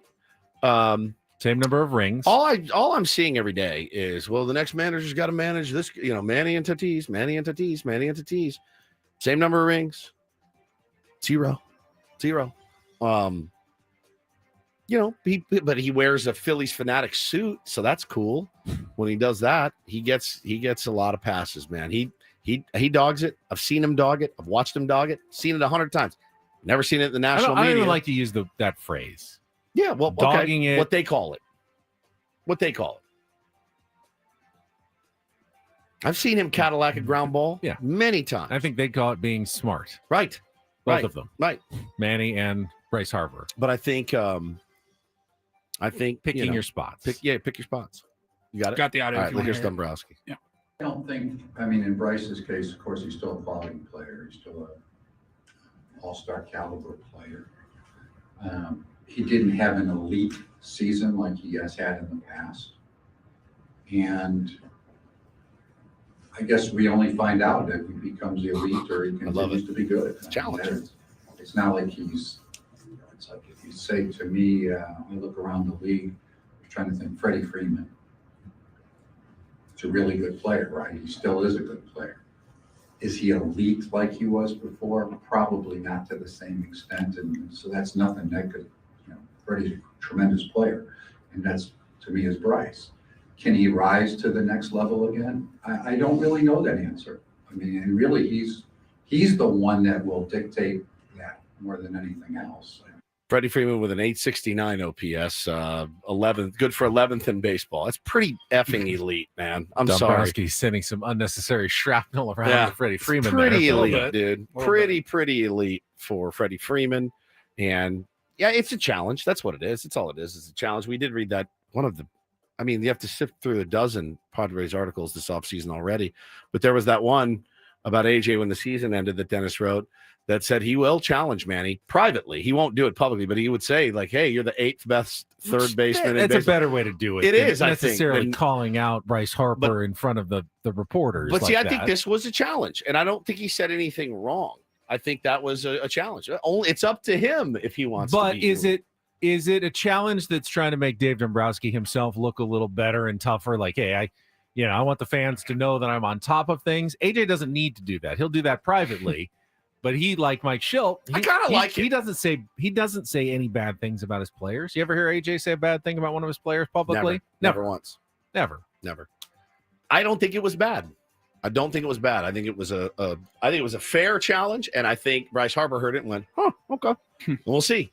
We'll see how he comes out next year. Now, Satan's Blowfish. Bryce is not elite. Neither is Manny or Tatis. I think Tatis is still elite. 6 WAR changes the game.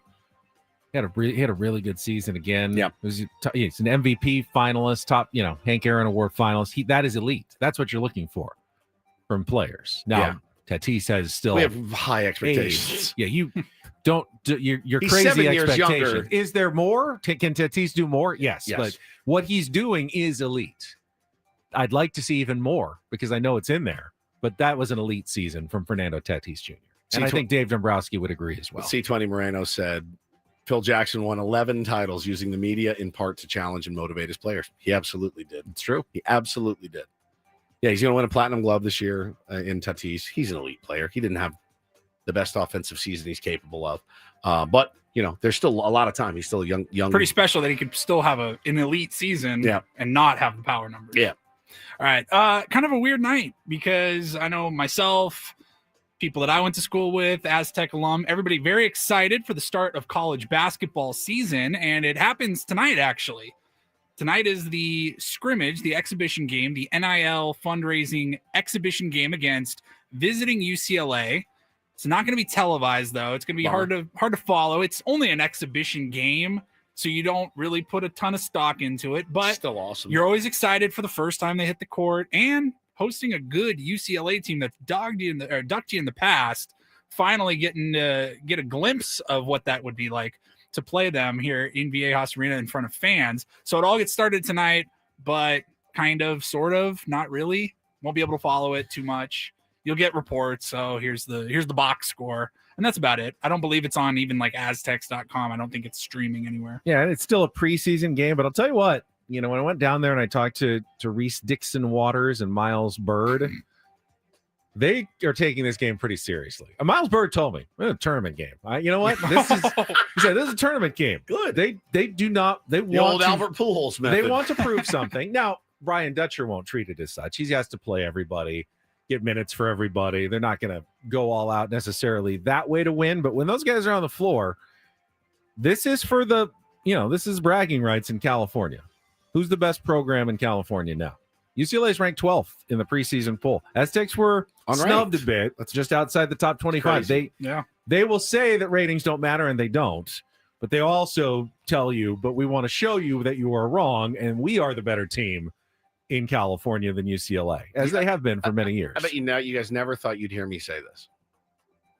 I'm so excited for Aztecs basketball. I'm going to watch every second of every game. I'm even going to stay up late for the games this year because I would watch the first half and then pass out. I encourage you last year. I'm going to encourage you again this year. You got to take the boys to a game. I'm all in, 100%. They will love it. They'll die. They'll be so happy. It's pretty fun. But I'm so excited for it because of the distraction of these brown and gold people.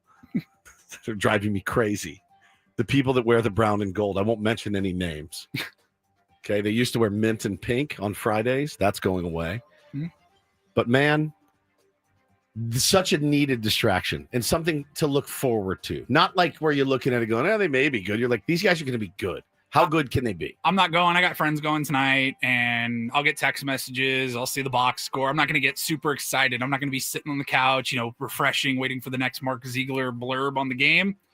But I am excited for the start of the season to get here sooner rather than They have later. so many good players. I forgot about BJ Davis is still on the team. They have so many good They have players. too many. How are you going to get them all? And Dutch does know. He knows he's got too many good players on his team right now. He says the freshmen are looking really good, but where do you play them? I mean, guys stepping up. Taj DeGorville looks really, really good coming back from last seison. Farrell Compton looks really Love good. that dude. Magoon's getting healthy. They Love got that this dude. transfer. Sean Newman led the country in assists last year. Yeah. This team is loaded. Good. Let's go. It's gonna be fun. I'm so excited. Miles Heide had a really good second half of the season. He was coming to his own. Forgotten man on this team now. Junior coming back with experience. This is a really good team. Finally, just mentioned the boys, so maybe you can help out on this last story here more, Woodsy. But I was just perusing the old prep service, and every once in a while you get some stories. It's like there's no real actual story. It's just, hey, there was a poll from this website or whatever, and here's what they found. And today they found that according to a couple of new polls out there, Halloween, which is just a couple of weeks away here, 2 weeks from today, actually. 2 weeks from today. Can't wait. Still have no idea what I'm doing. I do. I know what I'm doing. I have no idea what we're making Ben do either. I don't either. So if anybody has any Something costume sexy. ideas, Something sexy. Yeah. I want you to be something sexy this year. Yeah. If you got any costume ideas, send them in. Sexy nurse. Sexy. Something sexy. We'll figure it out. Sexy sportscaster. Anyways, sexy sportscaster, shirtless the whole time. It says here that Halloween costs on average trimmer early then. $193 if you're single, and $445 if you have kids. I know I won't be spending $193. Two costumes, some decorations, and a couple bags of candy. What else do you need How for much? Halloween? 400 and what? How are you 445. spending that much? So on their Halloween? breakdown on average again, and this was per kid. So per kid? No. So like breaking it down, it's like $200 and something, and then multiplied by 2 if you have 2 kids. $58 on costumes, $57 on decorations, $50 on party supplies, $51 on tickets for things like haunted houses, hay rides, pumpkin patches. Yeah, okay. Yeah. Candy for the trick-or-treaters. I'd say that's low, man. I'd say All right. that's low. If you're including like tickets to like events and screamtaculars. I think it's like going all in on the going season. in. Yeah, and spooky season. We've gone all in. We got spookalicious snacks. We got the decorations in the house the kids have there, and the other thing they're probably forgetting. Kids have to have 2 costumes now. One for school that has to be as generic as can be. Like Bo's going to be for Halloween, Pennywise for Halloween. You can't wear that to school. Taylor's going to be a skeleton. I think he's good both. You know what I mean? But they have to have 2, one for school, one for. So even though Taylor could wear both costumes, he's not. I don't think he's going if to. If Bo's getting 2 costumes, then you have to get Taylor 2 costumes. Correct. So. We do go all out. I didn't used to be a big Halloween guy, and then I had kids, and now I'm way into it. I don't know what I'm going to be at home yet, but it's going to be something spooky and not sexy at all. I want to get that old man mask like Bam Morris used to scare me, but I'm going to be riding around on my scooter all night, so I don't think it's safe necessarily. Kind of. I can't stop thinking about Bam Morris, you in the shower getting scared. Like Psycho, except like Psycho, but he didn't stab me, and he was wearing an old man mask, and I'll never forget it. And I was 140 pounds, if you can believe it, soaking wet as a freshman in college, and just terrified. I'm like, bro, what are you doing? You're picking on me in here? What are you gonna do? It's Bam Morris. You're like, thanks. Please don't do it again. I was nervous to go to the showers after that. Believe you me, it was like being in prison. Probably would have never showered again. Yeah, seriously. You would have left school. I ended up leaving school. You did too. Yeah, that's true. Thank you, Paulie. You're welcome. All right. When we come back, college football time. I get you ready for your Saturday schedule, including a little surprise for Woods that I'm very excited about. It's coming up next after a check of traffic with Ben Woods here on 97.3 The Fan. Before we get to the weekend, though, if you're thinking about the rest of this year and knowing holidays are coming up, and then it's time for New Year's resolutions. And you probably think, I'm going to have to lose a bunch of weight. Why don't you just get it done now before the new year and take advantage of SDFatLoss.com's fall special? Now until Halloween, October 31st, get $200 off the program that can help you lose up to 20% of your body weight in just 60 days, up to a pound of fat per day, just like I did when I did the program and lost 40 pounds in 60 days. And then I have kept the weight off the entire time, over 2 years, because it's a sustainable program. They help you not only lose the weight, but keep the weight off by basing the program on real foods that you're already eating from the grocery store: chicken, steak, fish. It's not mixes, it's not shakes, it's not bars, nothing you're buying from them. It's your own stuff. You get to pick, prepare it, you eat it when they tell you the portions and everything about that. Your coach will help you all the way through, and you lose the weight fast. And boy, that scale is a great motivator. No exercise necessary, no injections that you're going to become reliant on to keep the weight off with those side effects, which include like muscular loss, stuff like that. You don't want to go down that road. Just go down this road. The road I went down on, the road Chris Ello, Tony Gwynn Jr., Matt Scraby went down. Tier 1s have gone down it. You're the next one. Sign up today. Free consultation at SDFatLoss.com. That's SDFatLoss.com. Results may vary.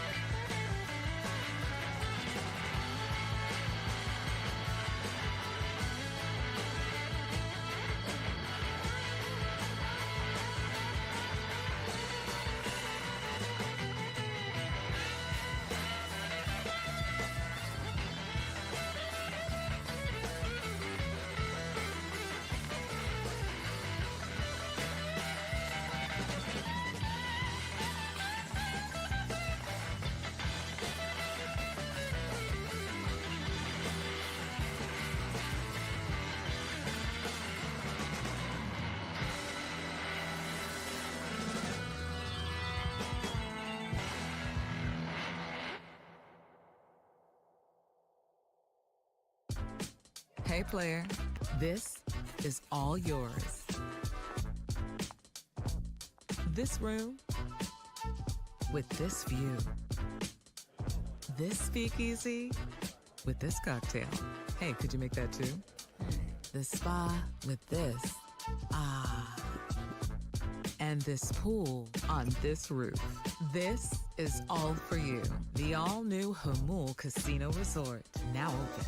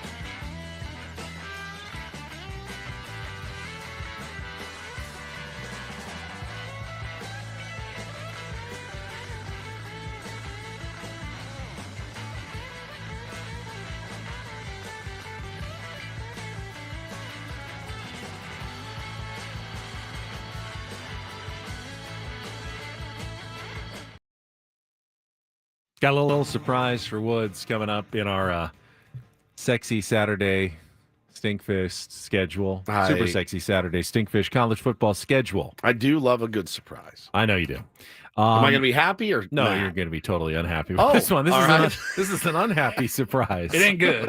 Really? Great. It has nothing to do with actually a game that didn't make my lineup. If I'm being honest with you. USC at Notre Dame. You're Paulie. It didn't make your lineup. Well, the greatest rivalry in college football doesn't I'll make get your to it. lineup. Hang on. All right, let's start at 9 a.m. What a homer. Starting off the day. Number 10 LSU at number 17 Vanderbilt. Best game of the morning. That's the best game of the morning. I've got one game per time slot for you. No, you don't. That's how I do it. Give me the best games. Battle of 5-1 teams, essentially an elimination game in the race to the SEC championship. Vandy, of course, lost to Alabama last week. They're trying to bounce back at home. LSU needs this one, though, on the road. 12:30. Here's your surprise. So it's number 5 Ole Miss at number 9 Georgia. Good game. Both of those games ABC. College Game Day for ESPN is going to be in Athens, Georgia. Okay. Where our fearless leader, Adam Klug, went to school. Yep. And as the guest picker for College Game Day, the celebrity they bring in, Jelly Roll is coming in to entertain you Woods tomorrow morning. Okay. God. Jelly Roll. You know, because he has nothing else to do. Just fly him around and do all these bits all the time. You can't get away from this guy. Going to have all of his college football picks, and I know you will be on the edge of your seats tomorrow morning. Ole Miss, of course, barely got past Washington State at home last week, so you got to figure Jelly Roll. Right for the taking, even though they're number 5 in the country. Did you know? This is a stat I did not know. Adam, I'm sure, did. Georgia, 10-0 at home versus top 10 teams under Kirby Smart. Pretty damn good, man. That's a good record against top teams. You talk about winning big games at home. The anti-James Franklin. There you go. Yeah. Kirby Smart always wins big games at home since he took over at the University of Georgia. And he just got hit with the Ben Jinx. And then it comes down to 4:30. Which game am I watching? Well, I'm more interested in USC Notre Dame in the rivalry. But the better game, honestly, is the one on ABC. It's number 11 Tennessee at number 6 Alabama. Yeah, the better Huge game in the SEC. The better game if you are a hayseed. It's the better game. The best game for us is Notre Dame USC. Come on. That'll be on NBC at the same time at 4:30. And they are both ranked. The loser probably never to be ranked again. So it's an important game for both teams. This week also, I believe it was Wednesday, marked the 20-year anniversary of the Bush Push game. Where were you for the Bush Push? Extremely inebriated and kicked an ottoman, like a little one of those. Are you one of those people who thinks it should have been penalized? It was illegal. You couldn't do it then. No one ever called that. No one ever called that. Weird that Mr. Rules guy forgets the rule. Like Mr. Stickler, black and white. Ever.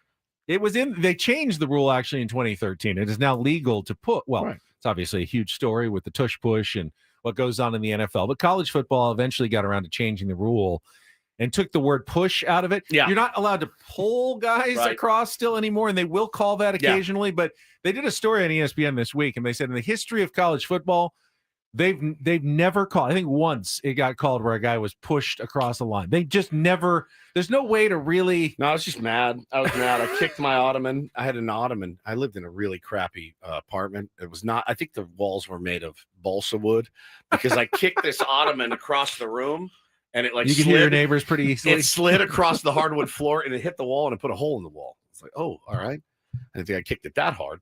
I was furious. It was awful. It was terrible. I expect this one to go better, hopefully. But if my sports watching is any, if it just stays true to what it's been, it'll be terrible. We'll lose by 30. It's not another weird story. Sports Business Journal was reporting this week that Netflix was trying to acquire the rights to the USC Notre Dame rivalry. Yeah, which is really odd.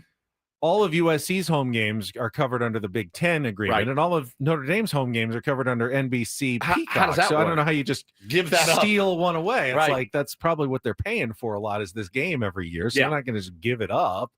I wouldn't think, but Does it just change networks every year depending on who's if, hosting? if Notre Dame's at home, NBC hosts. If USC is at home, then it's whoever Fox. used to be the Pac-12, but now it's Fox or ABC, I guess, because it's Big Ten or CBS sometimes has it. But this is at Notre Dame. In South Bend, so it'll be NBC Peacock tomorrow. Little FOMO of not being there for this one. This would have been a good one to go to. It's not what it used to be, unfortunately. Still pretty and great. part of that's USC has not been what they've been lately. Right. Yeah, we're doing our part. Irish are doing their part. Not 2 losses this year. Yeah, but I mean, they've been better lately. They've been better than USC lately. Yeah, recent success. Notre Dame is. For a while, it was USC was having success and Notre Dame wasn't. Was now terrible. it's switched, and now it's Notre Dame, and USC's been struggling. It's been a while since both teams were top 10 where they should be powerhouses. Yep. So definitely lost a little bit of luster. But for people, I think like yourself who have family ties and part of their legacy, it's always going to be a big game every year. Like I said at the beginning of every year, get my 10 wins, and I'm pretty happy. I love my coach. My coach could literally lose the next 6 Future games. Penn State head coach. Absolutely not. Marcus There's Freeman. No They're chance. Pursuing him. That's not a better back job. up the Brinks truck for Marcus Freeman. No chance. That is not a better I tend job. to agree with you. God. That is not a better. That's not You're a gonna better pay me gig. how much? Yeah, right. I don't know. I know. Where do I gotta live? Okay. I mean, South Bend's no picnic either. No, but it is on the game campus day. is nice though. It's amazing. And I can't say much about State College, Pennsylvania. Shocker. I've never been there. Yeah. Nor do I really want to go there. Yeah, fair. I'm very excited for it. 4:30 on tomorrow, Saturday, and I'm speaking to my wife. Please leave me be.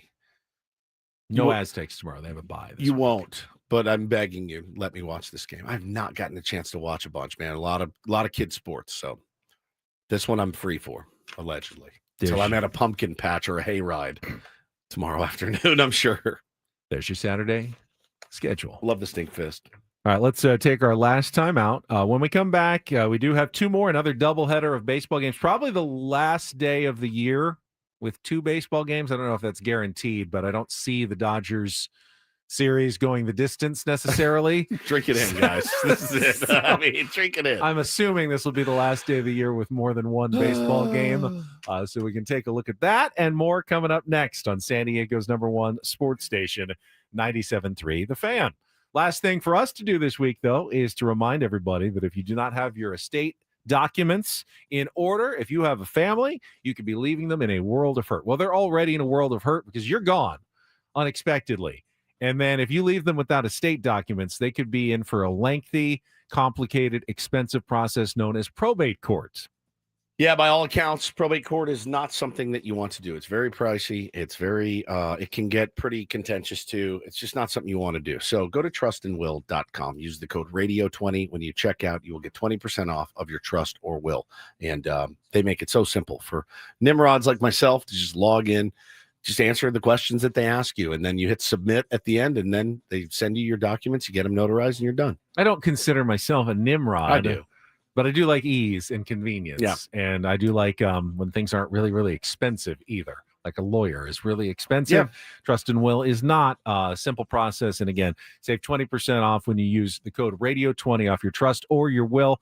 The trust is what can keep your family out of probate court, but a will is important too. Name guardians for your children. Important stuff like that by going to trustandwill.com. That's trustandwill.com.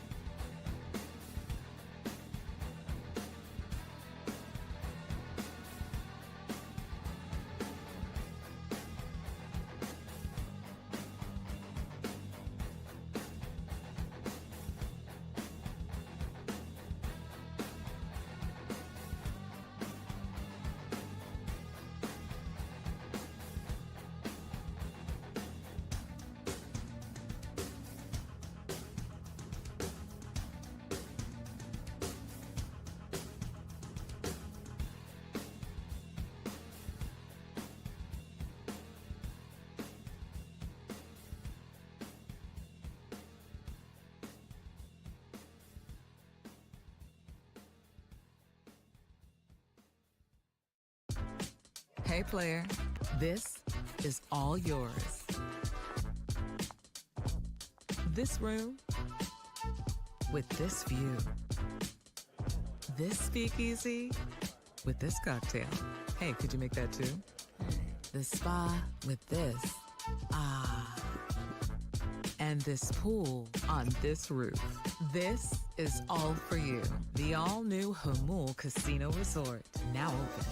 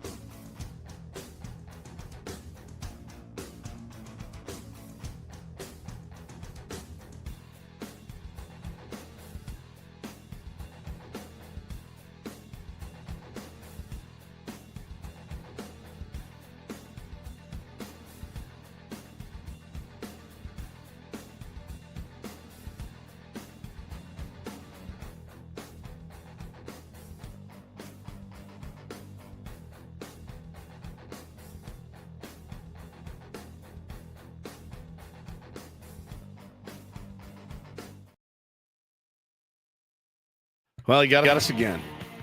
He got us again. Our beloved boss, Adam Klug, about to get dragged on the radio yet again for doing nothing other than just trying to help. Just trying to be helpful. But he got us again just now. About 3 minutes ago, we all get a text. We're in the Ben and Woods group text. You can't keep getting away with it. And he sent us the audio of Lane Kiffin making a fat joke about Kirby Smart. Tier one's in the chat. Does that ring a bell to any of you? Maybe 48 hours ago. So Paulie writes back, yeah, we did it 2 days ago. You should listen to our show more. Dragging him. And he's like posting the Homer Simpson backing into the bush. He's like, meme. oh, my bad, I missed it. The funny part is, you guys remember the audio we played of the Detroit Tigers radio announcer that was like, what? I got to do an effing recap? F the recap. I'm not doing that. And they go, oh, sorry, I'm on a hot mic. So we saw that when it came out over Friday night.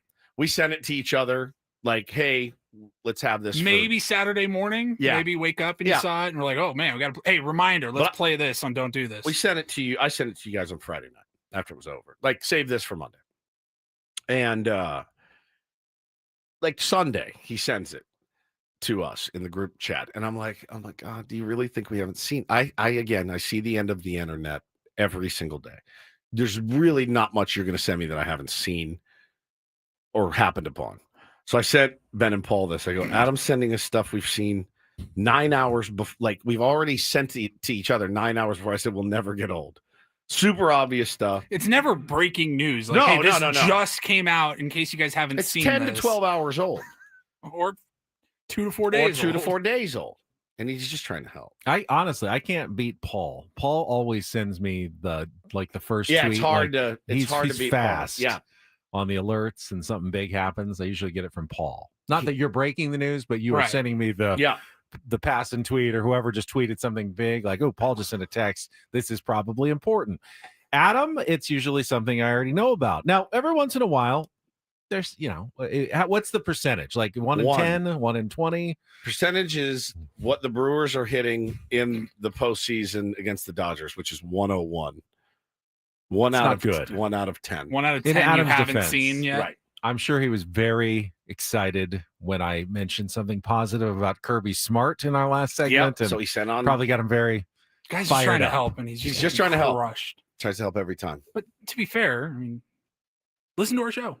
It's like, hey, making sure you guys saw Mike Schilt retired. Yep, we did. It's Friday. It happened on Monday. You guys know the Padres got knocked out by the Cubs. Just let me know. The Cubs won Game 3.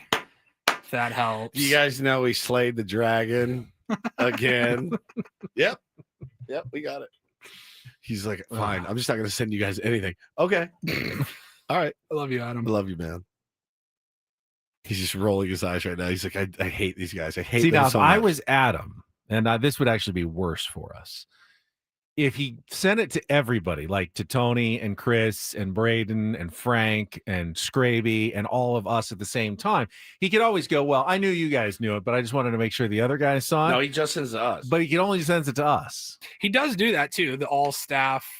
Here's the latest I'm not in on the an Athletic. I'm or on no something. all Yeah, you staff. are. It's rare. It's rare On an email. Yeah, on email. Oh, email. Email, Yeah, not yeah, text. yeah. Oh, yeah, There's on no email. there's no 97.3 The Fan all staff text thread. No, nor I don't want there. When he sends the email though to the whole staff, I sit and I wait because Tony Gwynn Jr. usually has something fun to say. Yeah, he usually does.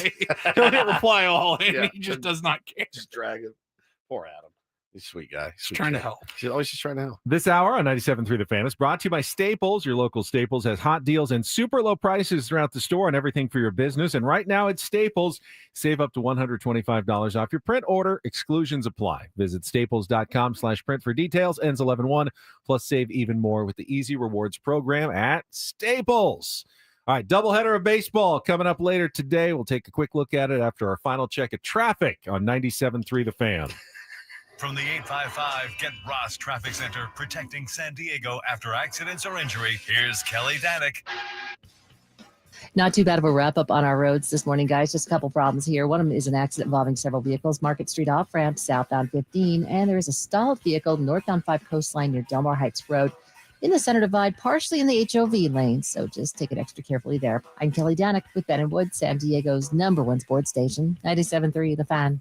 In the span. Ace Frehley passed away. You guys hear about Diane Keaton? I don't know if you know this, Woods, but Jelly Roll's going to be the guest picker tomorrow. He did write us, have a great weekend, you jerks. I love you, man. I really do. The angel. So He's in a a sweet, sweet angel. in a span of what? A little over 24 hours. Seattle went from party town to panic town. Awful. Poverty town. I mean, it is like Pity City. Pity City. People, again, how long has it been since they've gotten this far? Right? Never. Right? Never. That was the. They've never gotten two I don't think wins they've never, into yeah, an they've ALCS. never won 2 games. So this is the furthest they've gotten. So, in Seattle, they're like, yeah, you can get a ticket in, $7,000. And people are like, done. What do you want? I got it. We've never seen this. I'm paying it. Whatever you need. You get 2 home games right off the bat, and you're like, bro, we are rolling these guys. We are figuring out their bullpen. We are slugging. We are playing great defense. We're getting key contributions from lesser than players. We're getting massive contributions from guys like Josh Naylor, who we acquired at the deadline, getting great pitching. And then you get home to your raucous Seattle fans, and they've just completely soiled Now, themselves. both games they took a lead on an They early did. home run. They did. And they had that place fired up. And Makes you it thought, way okay, worse, that's I going to think. be even Makes better. it way worse. And both times, Toronto has just come back like a steamroller. If that happens again today, that place is going to turn into a morgue.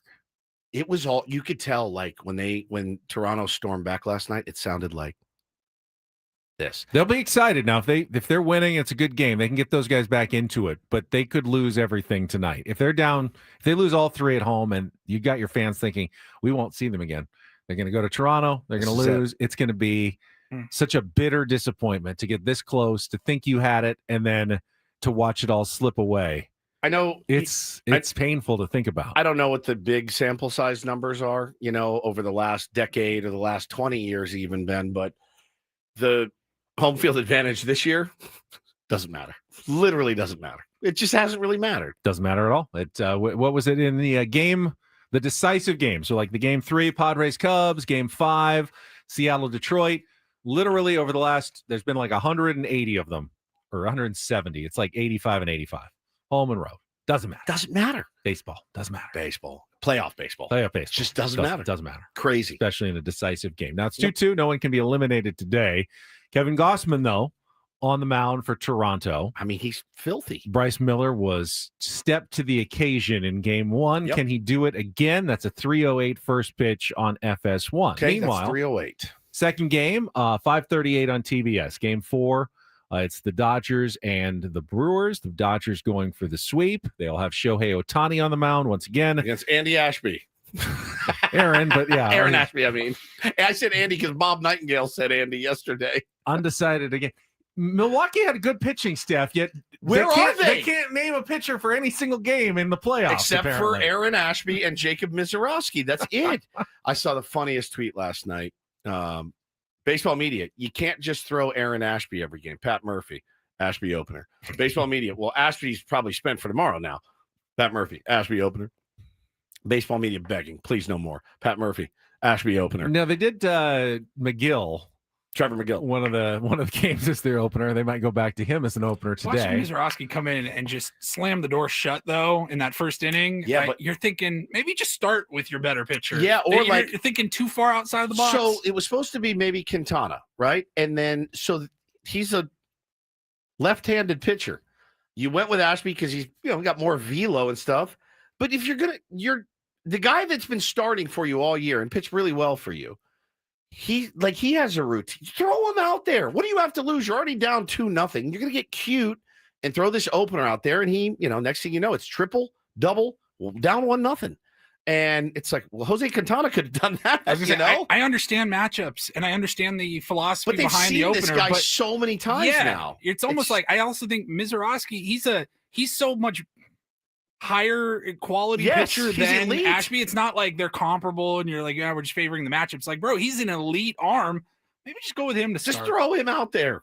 Because if you get beat with him, you were going to get beat either way. Correct. Or maybe they're facing the Dodgers. And it just doesn't really matter here. You got to hit the baseball. Although, what did you say earlier? I don't know if it was a tweet or if you said it, but maybe Pat Murphy should stop saying how average and ordinary his team is at some point because they're starting to believe it. He said, the guy tweeted yesterday, so brilliant.